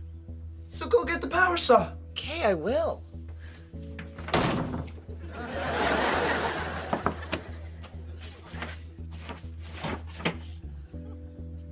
I see the problem. Oh, do ya? The Drake and Josh series premiere was watched by 3.2 million viewers, the network's highest rated series premiere in nearly 10 years. Episodes regularly saw viewership upwards of 5, 6, 7 million. As of 2006, the show ranked consistently among the 10 most watched cable shows across all of television. It was a certified hit, creating core memories for kids all around the world. After the show, people just assumed these two remained great friends and rode off into the Hollywood sunset, becoming successful actors, but that wasn't exactly the case. Drake continued his dominance at Nickelodeon as a top star. Josh, on the other hand, wanted to develop a career outside of the kids' network, while simultaneously entering the darkest part of his life. One might assume that his amazing physical transformation had nothing but a positive impact on his life, but Josh says otherwise. It became clear that once I lost the weight, that I was the same head in a new body. I had this illusion of becoming more confident and attractive when I was partaking. I was trying to quiet that voice that woke me up every morning and told me I wasn't enough. In an attempt to live the teenage experience to the fullest while he still had a couple years to do it, he went overboard, falling victim to a dangerous drug and alcohol addiction. And suddenly I'm like now looking like a normal kid and a normal teen. And I'm like, oh, they do drugs and that's normal. And they go to house parties and they go to clubs and they show up late to places and they're unreliable and that's normal. And I died to be normal. And I remember when I finally said yes, I had no conception that this drug would make me feel any different, that it was extreme. All I thought was, A, I hope she's watching, and oh good, I'm normal. While Josh was going through hard times, Drake was receiving very consistent work over the years doing voice acting roles in shorts, TV shows, and movies. His most notable role was Peter Parker in Marvel's Ultimate Spider-Man animated series. When he wasn't doing voiceovers, he was writing and releasing his own music. Interestingly enough, his records weren't very popular in the United States, but were huge in various Spanish-speaking countries. The Drake and Josh Nickelodeon show was extremely popular in Latin countries, likely due to the excellent job the production team did with dubbing the actors' voices. Drake always wanted to be a rock star, ever since his earliest days on The Amanda Show in 2001. He released music consistently for 17 years but received no gold or platinum records in America. However, in Mexico and other various Spanish-speaking countries, Drake Bell, aka Drake Campana, had multiple high-charting Billboard singles and albums. In some of these countries, he performed shows for thousands of people. He learned to speak Spanish. He has written and released a ton of music in Spanish. He even provides Spanish subtitles with every podcast or social media post he makes. People have joked on social media that he ran away to Mexico to avoid charges of his 2020 crimes, when in reality he was more successful there for over a decade and probably made most of his income in Latin-speaking countries. And what's it like in Mexico? Like, because you moved to Mexico, right? It seems amazing. It's unbelievable, bro. You have no idea. Tell me more, Drake Campana. It's unbelievable. In Mexico, we were on Channel 5. We were like on After Friends or Seinfeld. You know, it's like we're on normal TV. Everyone watched us. We weren't a kids show. There's a place called Veeps. It's like Denny's. The menu for the children's menu is us, bro. What?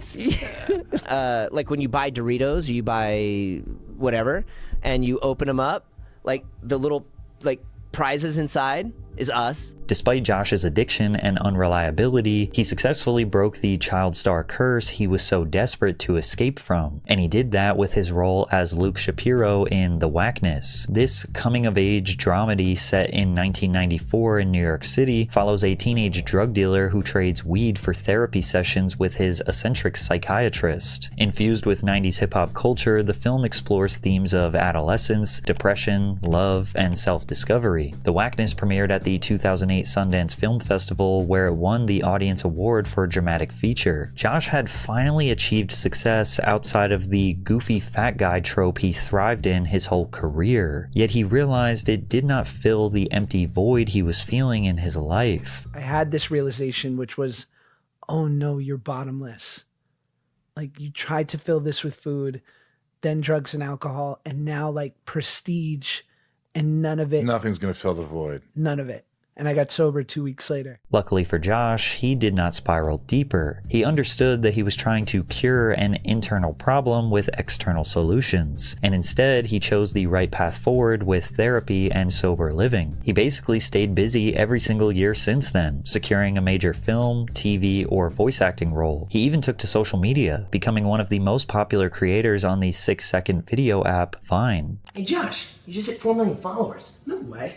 You calling me a liar? I ain't calling you a truther. Then again, neither Drake nor Josh's personal troubles made for viral headlines. Sure, TMZ did their standard coverage, and maybe diehard fans were concerned about the two, but generally speaking, the mainstream fandom were now in high school and college and focusing on their own lives rather than their childhood celebrity favorites. Plus, Drake and Josh were frequently seen together over the years. Here is a photo that Josh posted to his Instagram in 2012 of them hanging out at a house party. Here's another photo of them in 2013 at a Christmas party. In 2014, there were multiple photos of them together. Josh even personally invited Drake to have a cameo in an episode of Grandfathered in 2015, which was a show about a socially awkward yet lovable new dad who unexpectedly reconnects with his suave, restaurant-owning father, played by John Stamos.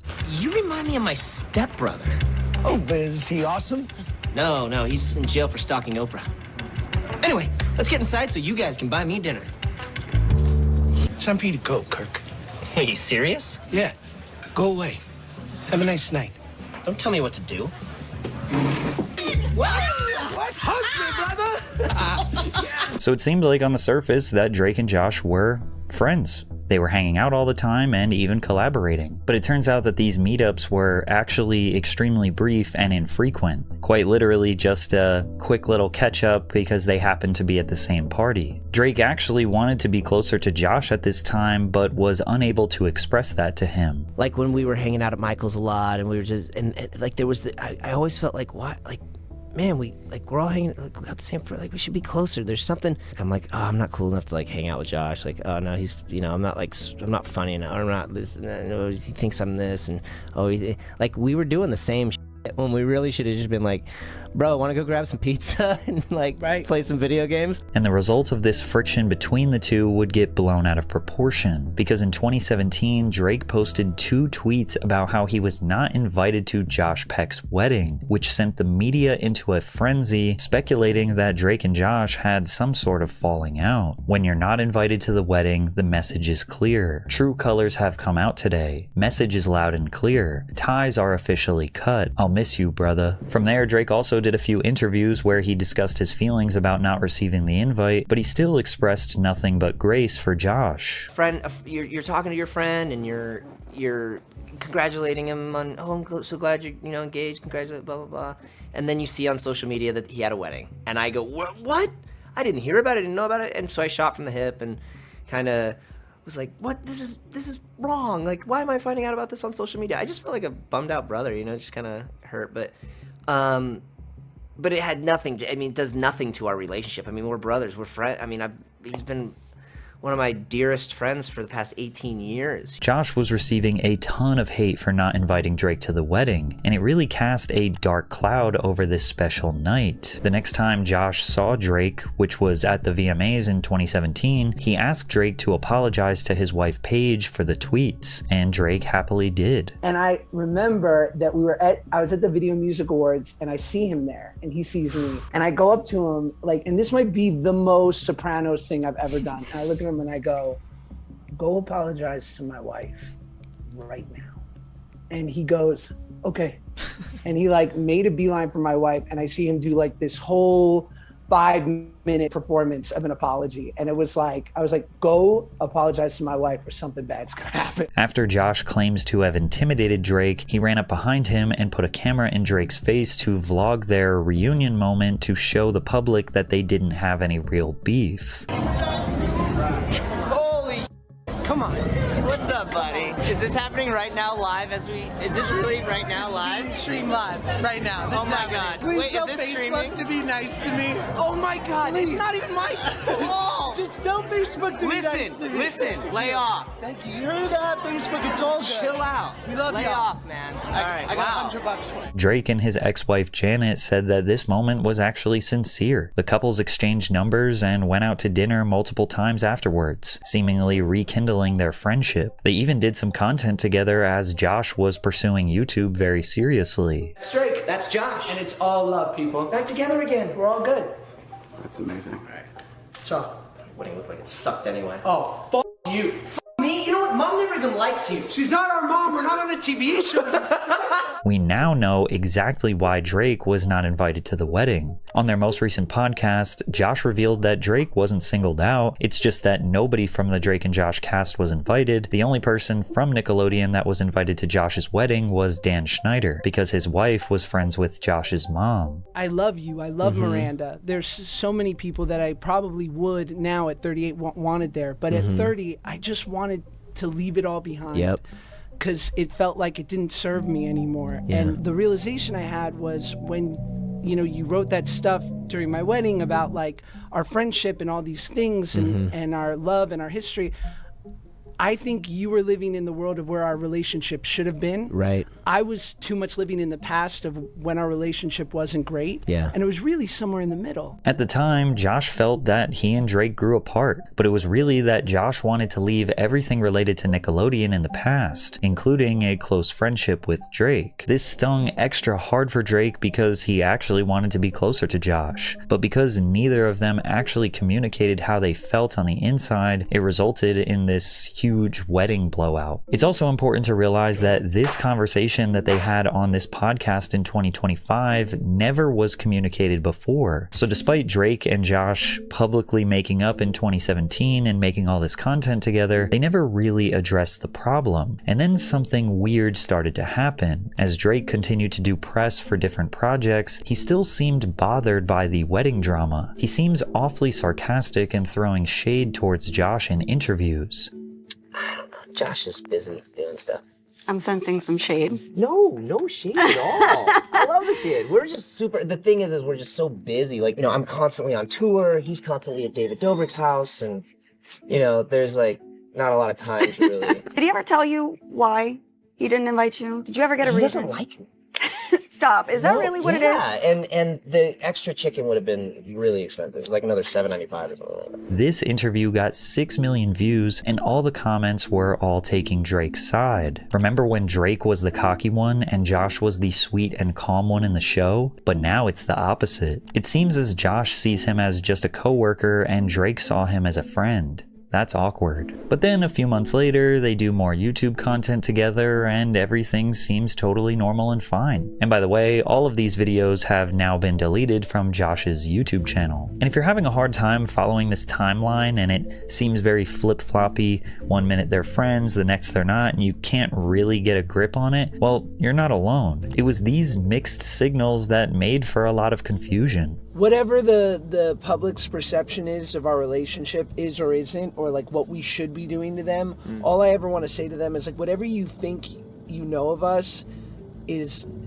only half as deep as it really is. Nobody could really tell if they were friends or just trying to remain relevant by milking the drama, or if they secretly were still mad at each other. But then behind the scenes, it got even more confusing when Josh pitched Drake an idea for a reboot of their classic Nickelodeon show. But the plot was seemingly set up to make Drake look bad. In 2019, Josh sent over the script to Drake. The idea was that Drake was going to be a failed musician and Josh was going to be a successful real estate agent. They were basically parodying Drake's real life as a musician in Mexico, while Josh's character was entirely fictional. The opening line of the first scene was supposed to be one of Josh's clients recognizing him from Nickelodeon and saying their classic "hug me brother" catchphrase, only for Josh to deny it and say, "hug yourself, kid." And then he goes, "Hug me, brother." And then Josh gets in the car and goes, "Hug yourself, F-head."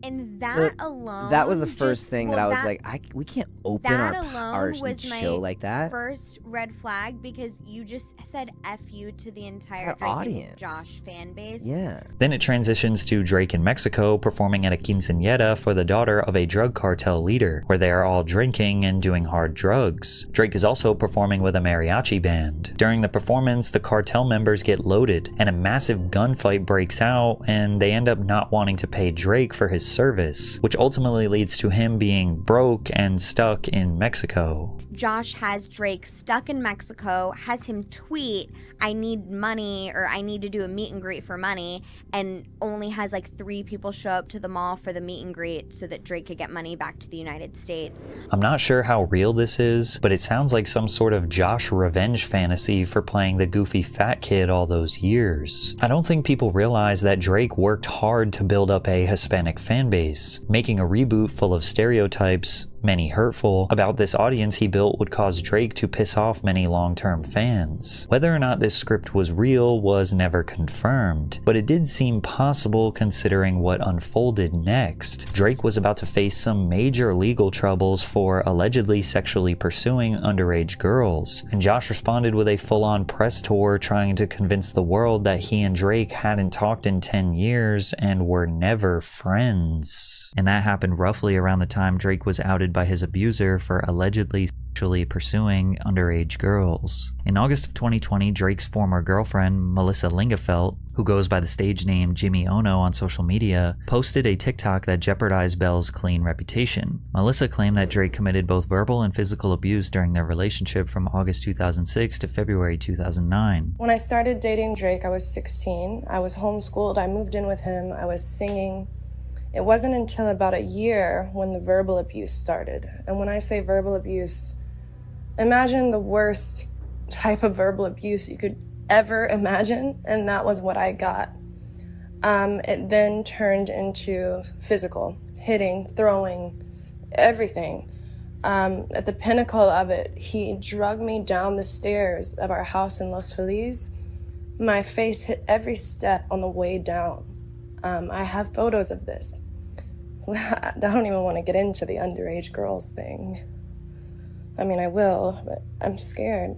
As if the allegations of physical abuse weren't shocking enough, Melissa hinting that he was somehow involved with underage girls set the internet on fire. Drake vehemently denied ever abusing Melissa. As our relationship ended more than a decade ago, we unfortunately both called each other terrible names, as often happens when couples are breaking up, but that is it. Clearly, Melissa still felt close enough to me just last year that she was comfortable reaching out to ask me to provide her with financial support during a tough time, which I did. The public opinion on the situation was split. While many people reacted with empathy and support towards Melissa, recognizing the seriousness of domestic abuse, others were skeptical and expressed doubt about her claims, especially since Melissa failed to provide any concrete evidence against Drake. Plus, Drake made it seem like she was doing this expose for money, casting doubt on her intentions. It was purely a he said, she said situation, and Drake wouldn't face any legal consequences. Melissa, after spending weeks talking about the situation online, deleted all her videos and detached herself from the situation, but it only took a few months for more serious allegations to come to light and Drake's reputation to be permanently destroyed.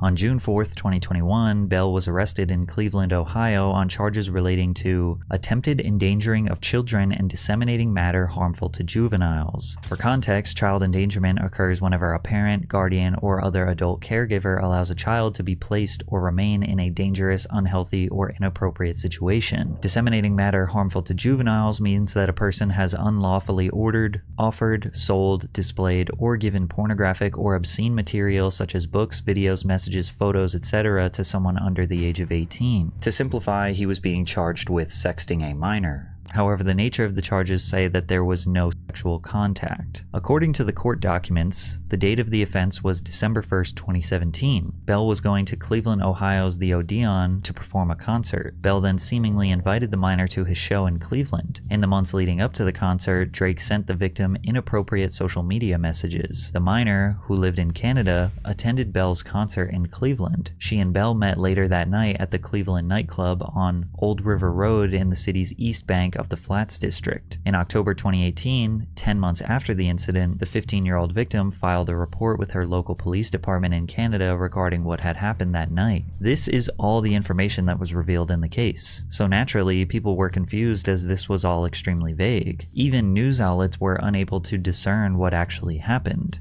Disseminating matter harmful to children. We don't have information on exactly what that is, but you can imagine relationship between a 15-year-old girl and a 34-year-old man will let you draw your own conclusions. Then his ex Melissa, who accused him of abuse on TikTok 1 year prior, did an exclusive interview with the Daily Beast where she claimed that she observed Bell's inappropriate behavior with minors firsthand. What he's being arrested for right now is a prime example of what I would witness: him having inappropriate conversations online with underage girls. Melissa said, "I saw really questionable, crazy stuff on his computer. The stuff he'd be looking at was effing insane." These statements, combined with the extremely vague court case details, fueled the narrative that Drake was a pedophile. Now, it's important to consider that as soon as the victim reported Drake in October of 2018, Canadian authorities and Cleveland authorities promptly started an investigation. This investigation lasted 18 months, gathering all the evidence, photos, screenshots, and multiple statements from the victim to build a case against Bell. They even gained access to Drake's Instagram, Snapchat, laptops, everything they could. We don't technically know what they found, but whatever it was enough to cause Drake to enter a plea deal instead of going to trial. And on June 23rd, 2021, he pled guilty to attempted child endangerment. So remember, all the details regarding his case were extremely vague, and then on top of that, he pleads guilty. So now the general public is extra convinced he is a PDF file, but somehow it got even worse. Drake's sentencing was conducted over Zoom and then posted on YouTube. During this sentencing, the victim made an impact statement, which is essentially their opportunity to talk directly to the defendant and the judge to express their thoughts and emotions about the crime. This was the very first time anyone had heard the details of the alleged crimes that took place. But during the impact statement, the victim brought up countless new allegations and statements that were never presented during the investigation, which shocked Drake, the defense, and even the judge. Remember, Drake was already pleading guilty to basically sexting, but since he was pleading guilty, the public assumed that everything the victim was saying here was part of the case, but it was not. I started off as a fan of him. Everyone who knew me as a child knew that he was a hero to me. I would have done anything for him. When I was 11, I learned that my aunt had a mutual friend who knew the defendant. That led to my aunt taking me to meet him for the first time in 2014 when I was 12. From the time I was 12 to 15, my aunt took me to meet him and spend time with him many times. After I met him for the first time, he started speaking to me more frequently online. When I was 13, I went to him for boy advice. He told me that I was beautiful and that boys were stupid. He then sent me a photo of myself that he had screen capped from my Instagram, telling me that I was, quote, such a cutie. He saved that photo of me onto his phone. Another instance of creepy behavior happened when I was spending time with him at the age of 14. He told me that he couldn't believe how much I'd grown since he last saw me. He said that I wasn't little anymore, and I was, quote, a woman now. But at 15, he started sending me messages about how, quote, hot I was. In the summer of 2017, I messaged him, telling him that I was going to see him in concert in the following months. He replied by telling me that he couldn't wait to see me. He also asked me, quote, how old are you now? I told him 15. He then told me to, quote, hurry up. Not too long after that, his messages to me became blatantly sexual. Aside from Cleveland, the only other time that the defendant sexually assaulted me was in October of 2017. It happened in Illinois in the middle of the night. He digitally penetrated me in the back seat of my aunt's car while she was driving him to a friend's house. This eventually led to many months of inappropriate messages and photos being exchanged over Instagram and Snapchat. The photos exchanged included photos of my body and photos of his body and his genitals. He would tell me how badly he wanted to penetrate me vaginally. On December 1st, 2017, my aunt took me to the Odeon Concert Club to watch him perform. That night, the defendant took me backstage to be alone with him. He started kissing me, and the night ended in him having me perform oral sex on him twice. The next incident happened on December 2nd, 2017. While I was alone with him in his hotel room, he had talked to me about seeing me one last time before we all left Cleveland and went home. So we went to his hotel to say goodbye. In his hotel room, he started kissing me and had me perform oral sex on him again. My aunt was right outside the room waiting in the hallway while this was happening. She trusted him and never thought that he would ever do anything to hurt me. The sexual messages continued for a while after that, until I eventually put a stop to them. He ignored me for many days at first. Eventually, he tried apologizing to me for, quote, breaking my heart, but deleted those messages quickly afterward. He preyed on me and sexually abused me. He is a monster and a danger to children. Jared Drake Bell is a pedophile. and that is his legacy. People picked apart Drake's body language and pointed out that he was laughing, smirking, and shocked. But nobody mentioned that a lot of what the victim was saying here were new allegations that nobody in the court ever heard before. Specifically, the allegations that he forced the girl to give him oral and the allegation that he sent nude photos. The defense and the court both confirmed with evidence that no such sexual advances were made. Otherwise, the charges would have been more severe. He did not plead to sexual misconduct or engaging in sexual relations. He pled to attempted endangering children and disseminating matter harmful to juveniles. These are serious allegations, but they do not involve sexual relations. This is what Drake's defense admits to. So the acceptance of the responsibility, Your Honor, is for chats that occurred between he and the victim. The subject matter of those chats were discussion because they had known each other for years, and there were claims that became sexual in nature. When asked, however, at what point, or at your age, excuse me, at that point he said, "Can you hurry up?" which shows a complete intent not to engage with a minor. So, however, those chats, harmful as they were, clearly harmed this person at that time. They were sexual in nature. Those were, yes. Thank you. They certainly, however, Your Honor, did not mimic any of the factual scenarios that the victim has brought up here today. And again, I have to emphasize the fact that once the age was known, that terminated at that point, saying hurry up with the age. But I will say this, at the start, he may not have known. He did learn of the age at a later time, Your Honor, and that is why he's accepting the plea. Basically, Drake admits to conversing with a minor for years, even though he says he didn't know her age. Those conversations eventually turned sexual. Then when he asked for her age, she told him 15 and he said hurry up, then stopped all communication. When Drake stopped conversing with her, they claimed that flipped the young girl's world upside down and she started going after Drake's wife and threatening to expose him. They basically paint her as a crazy, obsessed, and jealous fan, which we don't really know if that's true or not. We can't say the victim is lying, and we don't know what evidence was found during the investigation because almost none of it was revealed to the public. But we do know she was bringing up new allegations in her impact statement that she did not formally bring up during the 18-month investigation. Therefore, they cannot be legally considered during sentencing. It's up for you to decide if she was just an obsessed fan that was jealous and trying to ruin his reputation, or if she is actually a victim of a corrupt legal system. Bell was sentenced to 2 years probation, 200 hours of community service in California, and cannot have any contact with the victim. He was not required to register as a sex offender. At the time, the public looked at Drake as a pedophile who got off with a slap on the wrist. Shortly after this trial, Josh Peck went on various podcasts claiming that he and Drake barely spoke and were never friends, and that's why he wasn't invited to the wedding. Are you guys like not friends? Not really, no. The dirty little secret, I guess, was like, I knew that Drake and I didn't stay in touch for the 10 years since we had made the show, but no one needed to know that. And it's delusional because I'm like, bro, it's like we worked at Coffee Bean when we were 16. Like, I'm sorry, I'm 31 now, I might have lost your number. I was happy to just die with that secret that like, we made this thing that people really love, but maybe we weren't that close. So I didn't invite him to my wedding because I hadn't really talked to him in many years.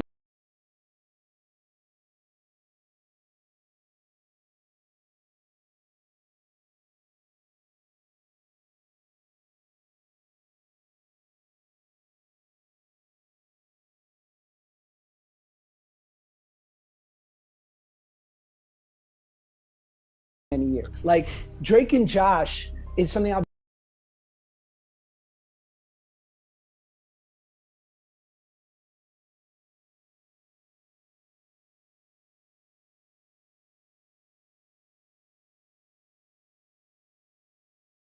be synonymous with forever, and I'm proud of it. And I want to like the guy that my name is attached to forever. But unfortunately, you know, it just sort of worked out the way that it did. It's pretty safe to say that there is enough evidence in this video to prove that this is a bold-faced lie. They were definitely friends. In fact, they often referred to each other as brothers. They even saw each other once per year, which is actually pretty frequently. A lot of adults don't even get to see their close childhood friends once a year. Now, we do know that they weren't extremely close, they weren't attached at the hip or constantly involved in each other's lives, but Josh is basically saying that Drake was nothing more than a coworker, he barely spoke to him, and he actually didn't even like him. Which means one of two things. Either this is actually how Josh felt deep down, and now he just has the perfect excuse to say it, or he's lying to the public to distance himself from Drake because of his legal troubles. And it was from there that Drake's life began to spiral out of control. On December 7th, 2022, eyewitnesses caught Drake in the driver's seat of his car inhaling a substance out of balloons while his toddler son and wife were in the back seat. The very next day, another eyewitness report captured him outside of a vape shop inhaling a blue balloon with his child in the back seat. At the time, Bell was still on probation for attempted child endangerment and was seemingly engaging in a recreational substance known as whippets, where people inhale nitrous oxide from balloons, causing them to experience euphoria, hallucinogenic states, and relaxation. This drug is also extremely addictive and dangerous. The weird behavior continued on April 13th, 2023, when the Daytona Beach Police Department listed Drake Bell as missing and said he had been last seen before 9 p.m. on April 12th in the area of Mainland High School. The department's post noted what car Drake was likely driving, a 2022 gray BMW, and said he could be considered missing and endangered. TMZ obtained a 911 call where someone from Orlando PD explained why police were deeply concerned for Bell's well-being. Basically, there is a celebrity who had a falling out with his wife. We got involved because the family, he's been texting the family in California saying that he's going to get drunk and hang himself. And he's in a hotel somewhere in Orlando. Drake tweeted shortly after he was seemingly located, "You leave your phone in the car and don't answer for a night, and this?" While Drake seemed fine given the circumstances, the following week his wife filed for divorce, citing irreconcilable differences. Per the petition, Janet asked for legal and physical custody of their son Jeremy, with Bell getting visitation rights. She also sought spousal support. Bell later revealed that he found out my wife filed for divorce from TMZ, before promoting his new song, Going Away. In the song, Drake ironically sings about moving away to a remote island with his wife and son and starting a new life. Presumably unable to cope with the stress of losing his wife and child, eyewitnesses caught Drake using whippets once again on April 25th as he inhaled from a fully inflated balloon, merely days after the media publicized his divorce. When paparazzi asked him about it, this was his response. There's some photos that surfaced of you with red balloons. What do you think? What do you gotta say about that, those balloons? You know, it is what it is. We'll figure it out. Everything's good? Yeah, everything's fantastic, man. Drake Bell was at the lowest point of his life. Drugs had taken over and he had nowhere left to turn but rehab. However, rehab changed his life more than he anticipated as he began to open up about his childhood abuse. But when I got into rehab, it was a really intense facility. And I went through a lot of grief counseling and trauma therapy and group therapy and one-on-one. I mean, it was all day. And I was unearthing all of these things that I never talked about, not only never talked about with strangers, but even with people I was close to, had never gotten that deep about things that I've experienced and things that have happened. And I was around so many people who, for the first time, had similar stories or incredible trauma in their lives and were opening up and sharing. And that was the first time that I really felt like I was in an environment that was comfortable enough to share and felt comfortable enough around people that weren't going to judge and that really just wanted to see you get better. During this time, a documentary was being worked on called Quiet on Set, The Dark Side of Kids TV, which aimed to expose the toxic and abusive environment behind the scenes of Nickelodeon in the late 1990s and 2000s, particularly under producer Dan Schneider. The doc features former child stars and crew members sharing accounts of alleged mistreatment, exploitation, and inappropriate behavior that went unchecked for years. After rehab, Bell felt like he had a revitalized outlook on his past and ultimately decided to tell his traumatic Nickelodeon childhood story to the world via this documentary. Before the rehab, I had said no to the documentary over and over and over and over and over. I was not going to be a part of it. I didn't want any part of it. But after rehab, when I came out, I was like, let me see what your angle is here. I'll talk to you guys. I'll start entertaining this idea because I felt really good. And I felt maybe sharing my story will help me and maybe help others. After hearing about Drake's abuse, the public did a 180 shift on him. His comment sections went from calling him a file to sharing love, condolences, and positivity. People all of a sudden were empathetic. Some even used his past as an excuse for him allegedly engaging in inappropriate behavior with minors. They said things like Bell was a part of the cycle of abuse and couldn't control what was happening to him. It's true that childhood abuse can have profound psychological effects on survivors, including trauma, depression, and PTSD. Children who grow up suffering abuse may learn abusive behavior as a means of coping or as a model for how relationships function. Approximately 1/3 of all individuals who are abused in childhood will become abusers themselves, according to a study funded by the National Institute of Justice. A survivor of childhood sexual abuse may try to undo that abuse by taking back power. Someone who has been abused can play the role of the more powerful person in the relationship in an attempt to overcome the powerlessness they felt. One day after the Quiet on Set documentary released, Drake released a song and music video called I Kind of Relate. The song starts off with the lyrics, "I found beauty in my pain, I'm running away from the abuse and all the shame, 'cause no one comes to my house anymore, no one knocks on my door." These lyrics are complemented with a visual of him as a child entering his on-set trailer with a grown man who likely represents Brian Peck, his abuser. Then the track quickly transitions to his infamous 2006 car crash, where 19-year-old Drake Bell was stopped at a red light and a driver fell asleep at the wheel going 60 miles per hour, then crashed into his 1966 Mustang head-on. Bell broke his jaw in 3 places, fractured his neck, and lost a bunch of teeth. The song continues, "I lost my path so long ago. In 2008, I found love in Mexico, because no one wants to hear me in the States, so I'm running away." However, Bell releasing this music video after the documentary made some people think he was being disingenuous, that he was essentially capitalizing off the publicity to sell a record. Others pointed out that he has been writing about the abuse in his music for years, like in his 2000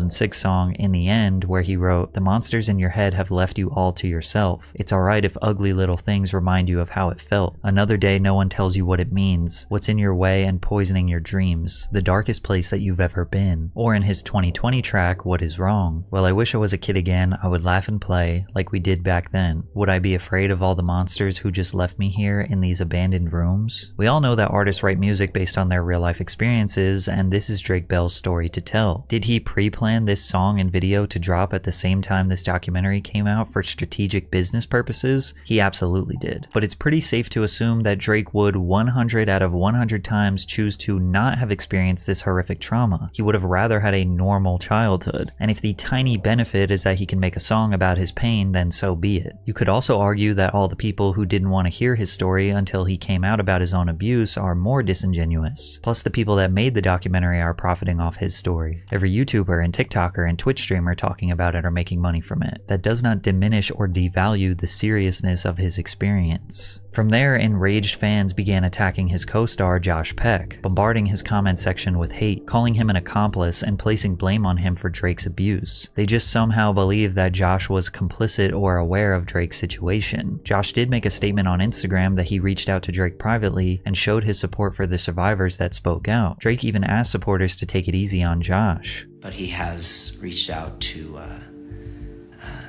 talk with me and help me work through this, and has been really great. So I just wanted to let you guys know that and to take it a little easy on him. Drake asking people to give Josh grace is especially profound considering Josh threw him under the bus when Drake's allegations came to light. Then 1 year later, in March of 2025, Josh invited Drake onto his podcast to have a 2-hour-long discussion about most of the things we covered in this video. This pod connected some of the missing pieces the public had been wondering about their roller coaster of a relationship over the years. And even though this podcast had deep introspective moments, great laughs, and some reconciliation, some fans still believe there is a resistance from Josh. At the very end of this podcast, Josh's co-host Ben says, "I love you, Drake," and Josh laughs at that and even repeats, "I love you, Drake," in a mocking, unserious tone, only for Drake to respond with a genuine, "I love you, Josh." Love you, Ben. Dude. Love you. I love you, Ben. Great. I love you, Drake.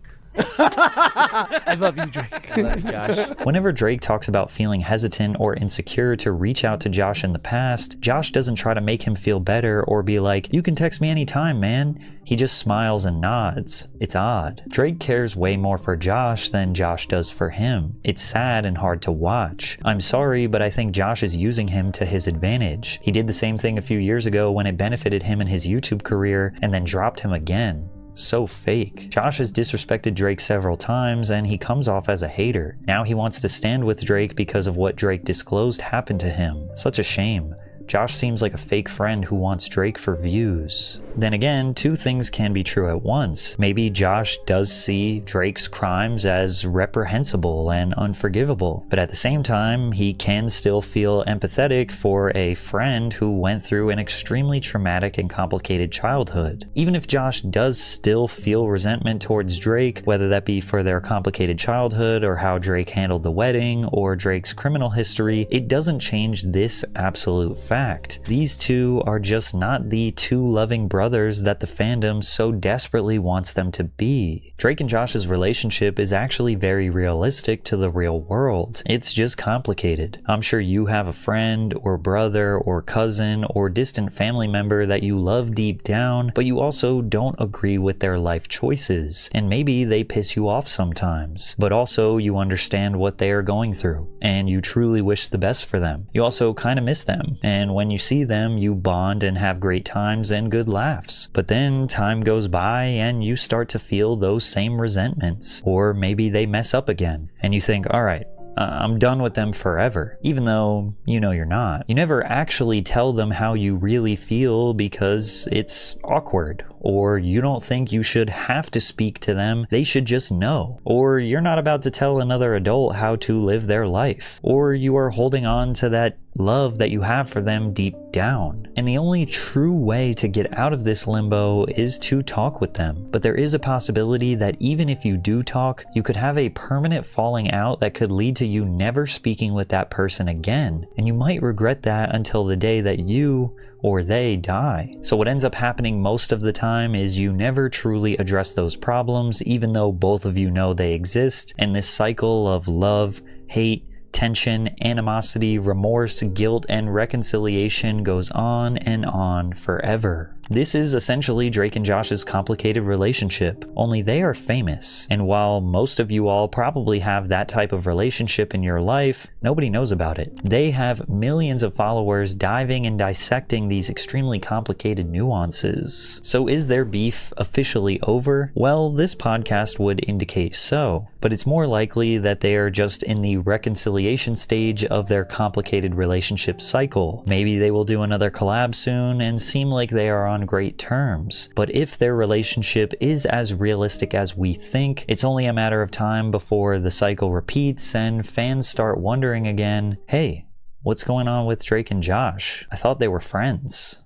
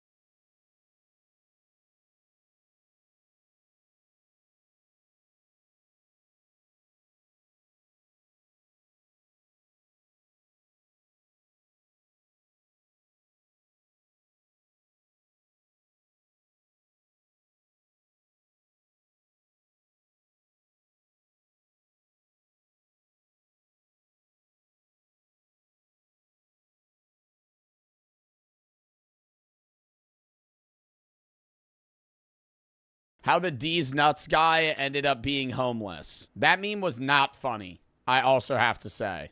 Even in Vine days, when, like, that backflip dough was, like, prime comedy, D's nut, I'll take. Bro, D's nuts was funny for, like, a day. Performing on stage with Kendrick Lamar to being passed out in the streets of LA.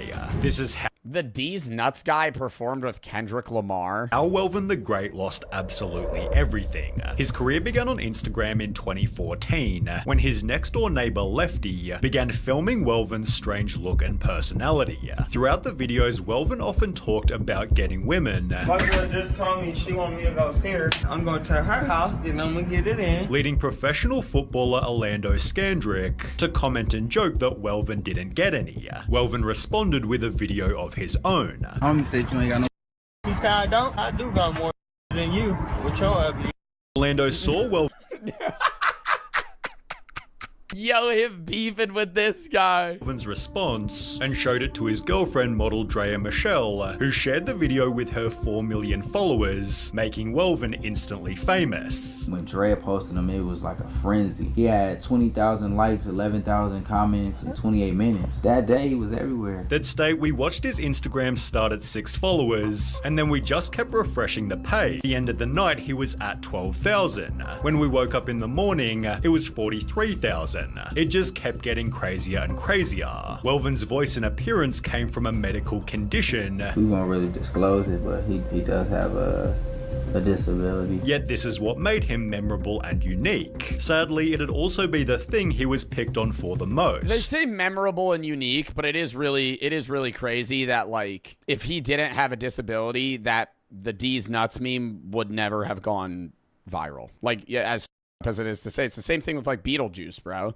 Like, they use him as a backboard to like make fun of, and there's a lot of people that are popular social media individuals that have either physical or mental disabilities, and yeah, they do content outside of that, but the only reason they get famous is because people make fun of their disabilities. But Welvin still loved being famous. It makes me feel like really good. Like, I love it a lot. Feel happy, and I'm trying to keep doing what I'm doing. And would therefore continue to make his own videos. Just 22 days after No Bitches went viral, Welvin returned with an upload that If they know that's why they're getting viral, I don't see it as something that is horrific, but I don't like when somebody that has a severe mental disability goes viral and thinks that everybody like really likes them and is just like behind their back being made fun of.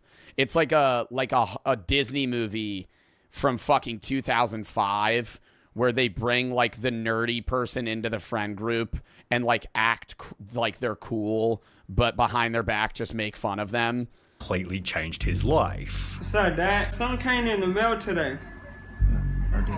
These nuts. God. All right, it is pretty funny. All right, it did make me laugh. It got a little chuckle out of me. I haven't seen it in a while. It was like when you haven't seen a fucking funny movie in a bit. Got him.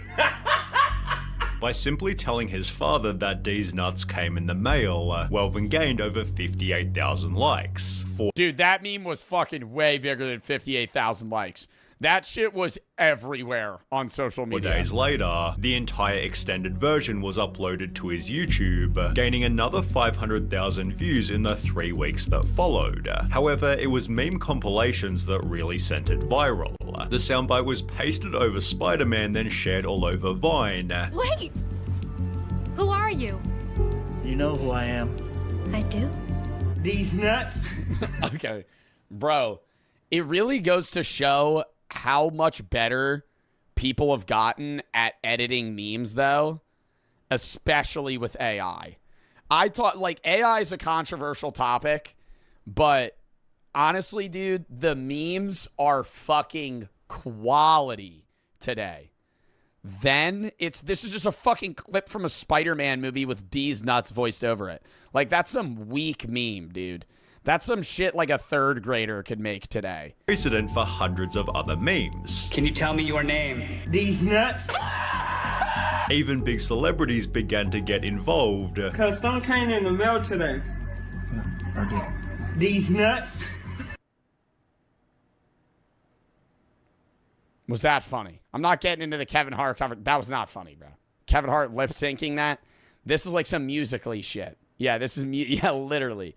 This is like 2014 where like you're listening to that one song where it's like, oh my God, what's that one song where it's like, oh, I think that I found myself like that one. Oh, I think that I found myself a cheerleader. Like that's the vibe this gives. Taking Welvin the Great to a whole new level of fame. Every day we see a new video or a new celebrity post. Dude, deadass. I still remember how cringy Vine was because I used to post. I was like 10 when I did this. I used to post compilations of myself to Chief Keef. I used to post compilations of like pictures of myself. I've said this before. Pictures of myself to Chief Keef Love Sosa. I'm not lying. I'm not lying. And I thought I was hard, dude. I thought I was fucking badass. Welvin couldn't keep up with how... But that's how cringy, like the Vine era of memes. Like, I've said this before, and we ended up doing a fucking react, and it was just boring, bro. Watching old Vine compilations is like fucking, like literally just pulling your fucking skin off. It's unbearably cringe. Any old, like, Lele Pons, like, old Lele Pons videos, Logan Paul, King Batch. Like, there's one funny King Batch meme where he, like, pulls spaghetti out of his pocket. This becomes a YouTube video. Editor, throw that one up where he, like, cries and there's spaghetti falling out of his pocket. Whoa, you good, man? No Vines were funny. No fucking memes around that time were funny. They're so fucking shitty. Like, iFunny was just hell.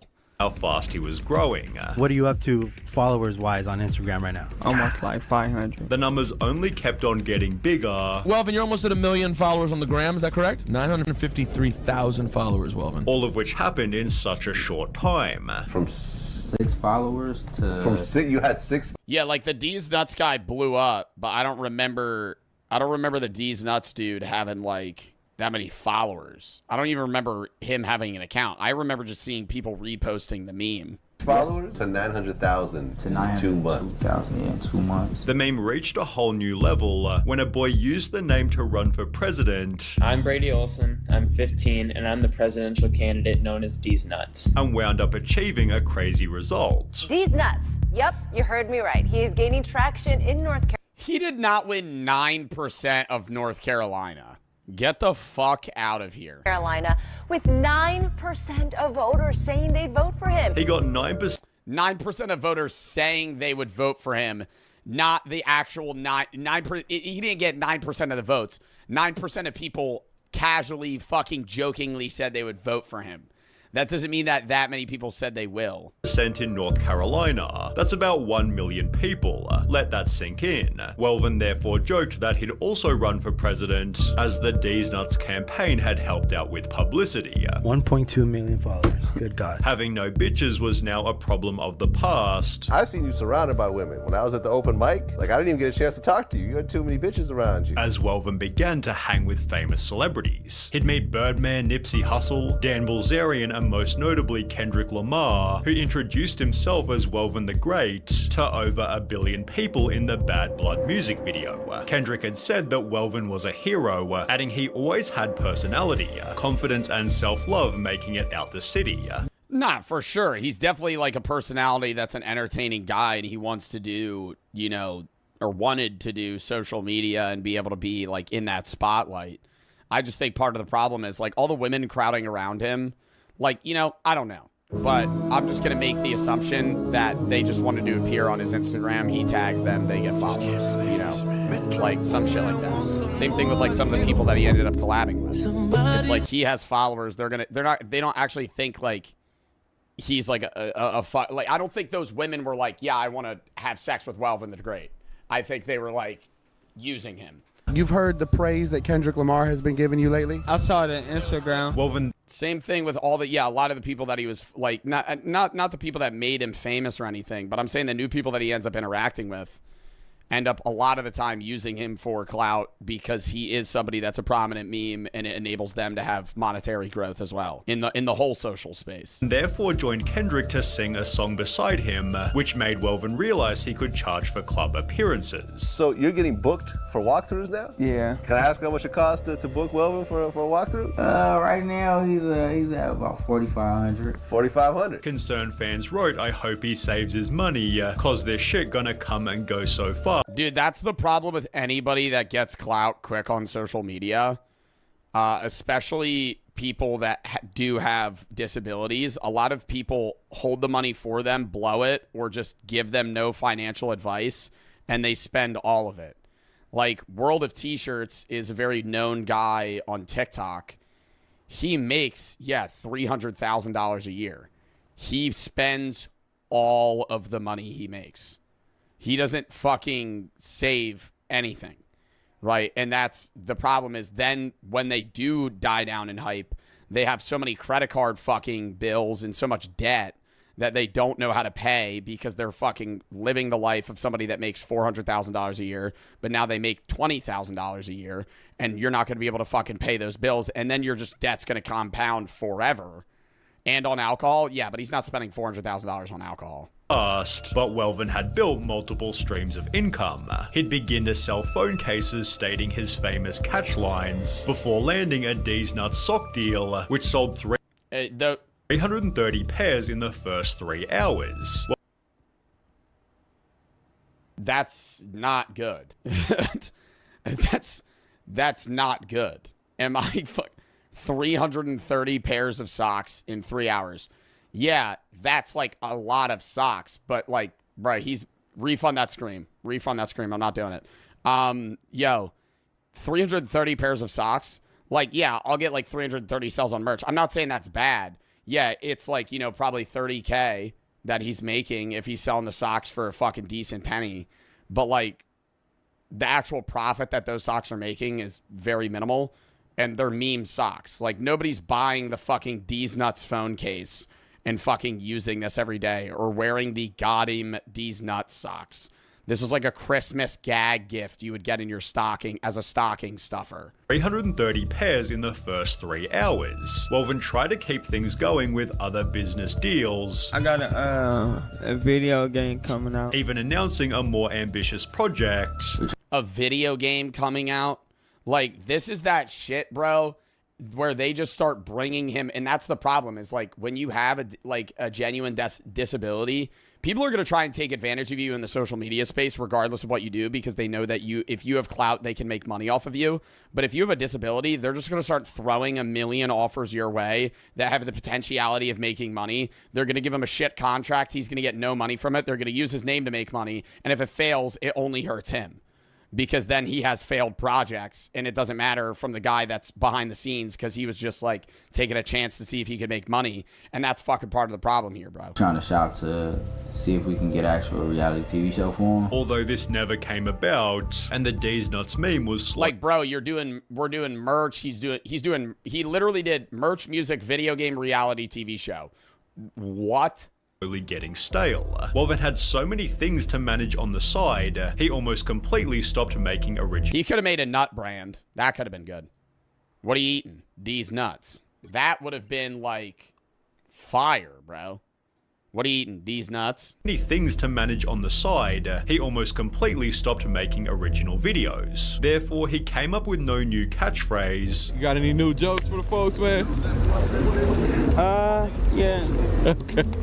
Yeah, you know. Okay. What's up? We're to check back in with you later. And could only rely on the D's Nuts meme. The D's Nuts guy just keeps riding by, saying his catchphrase. Oh shit, he's on his way back. D's Nuts got him! These nuts. There's just no way it's that funny.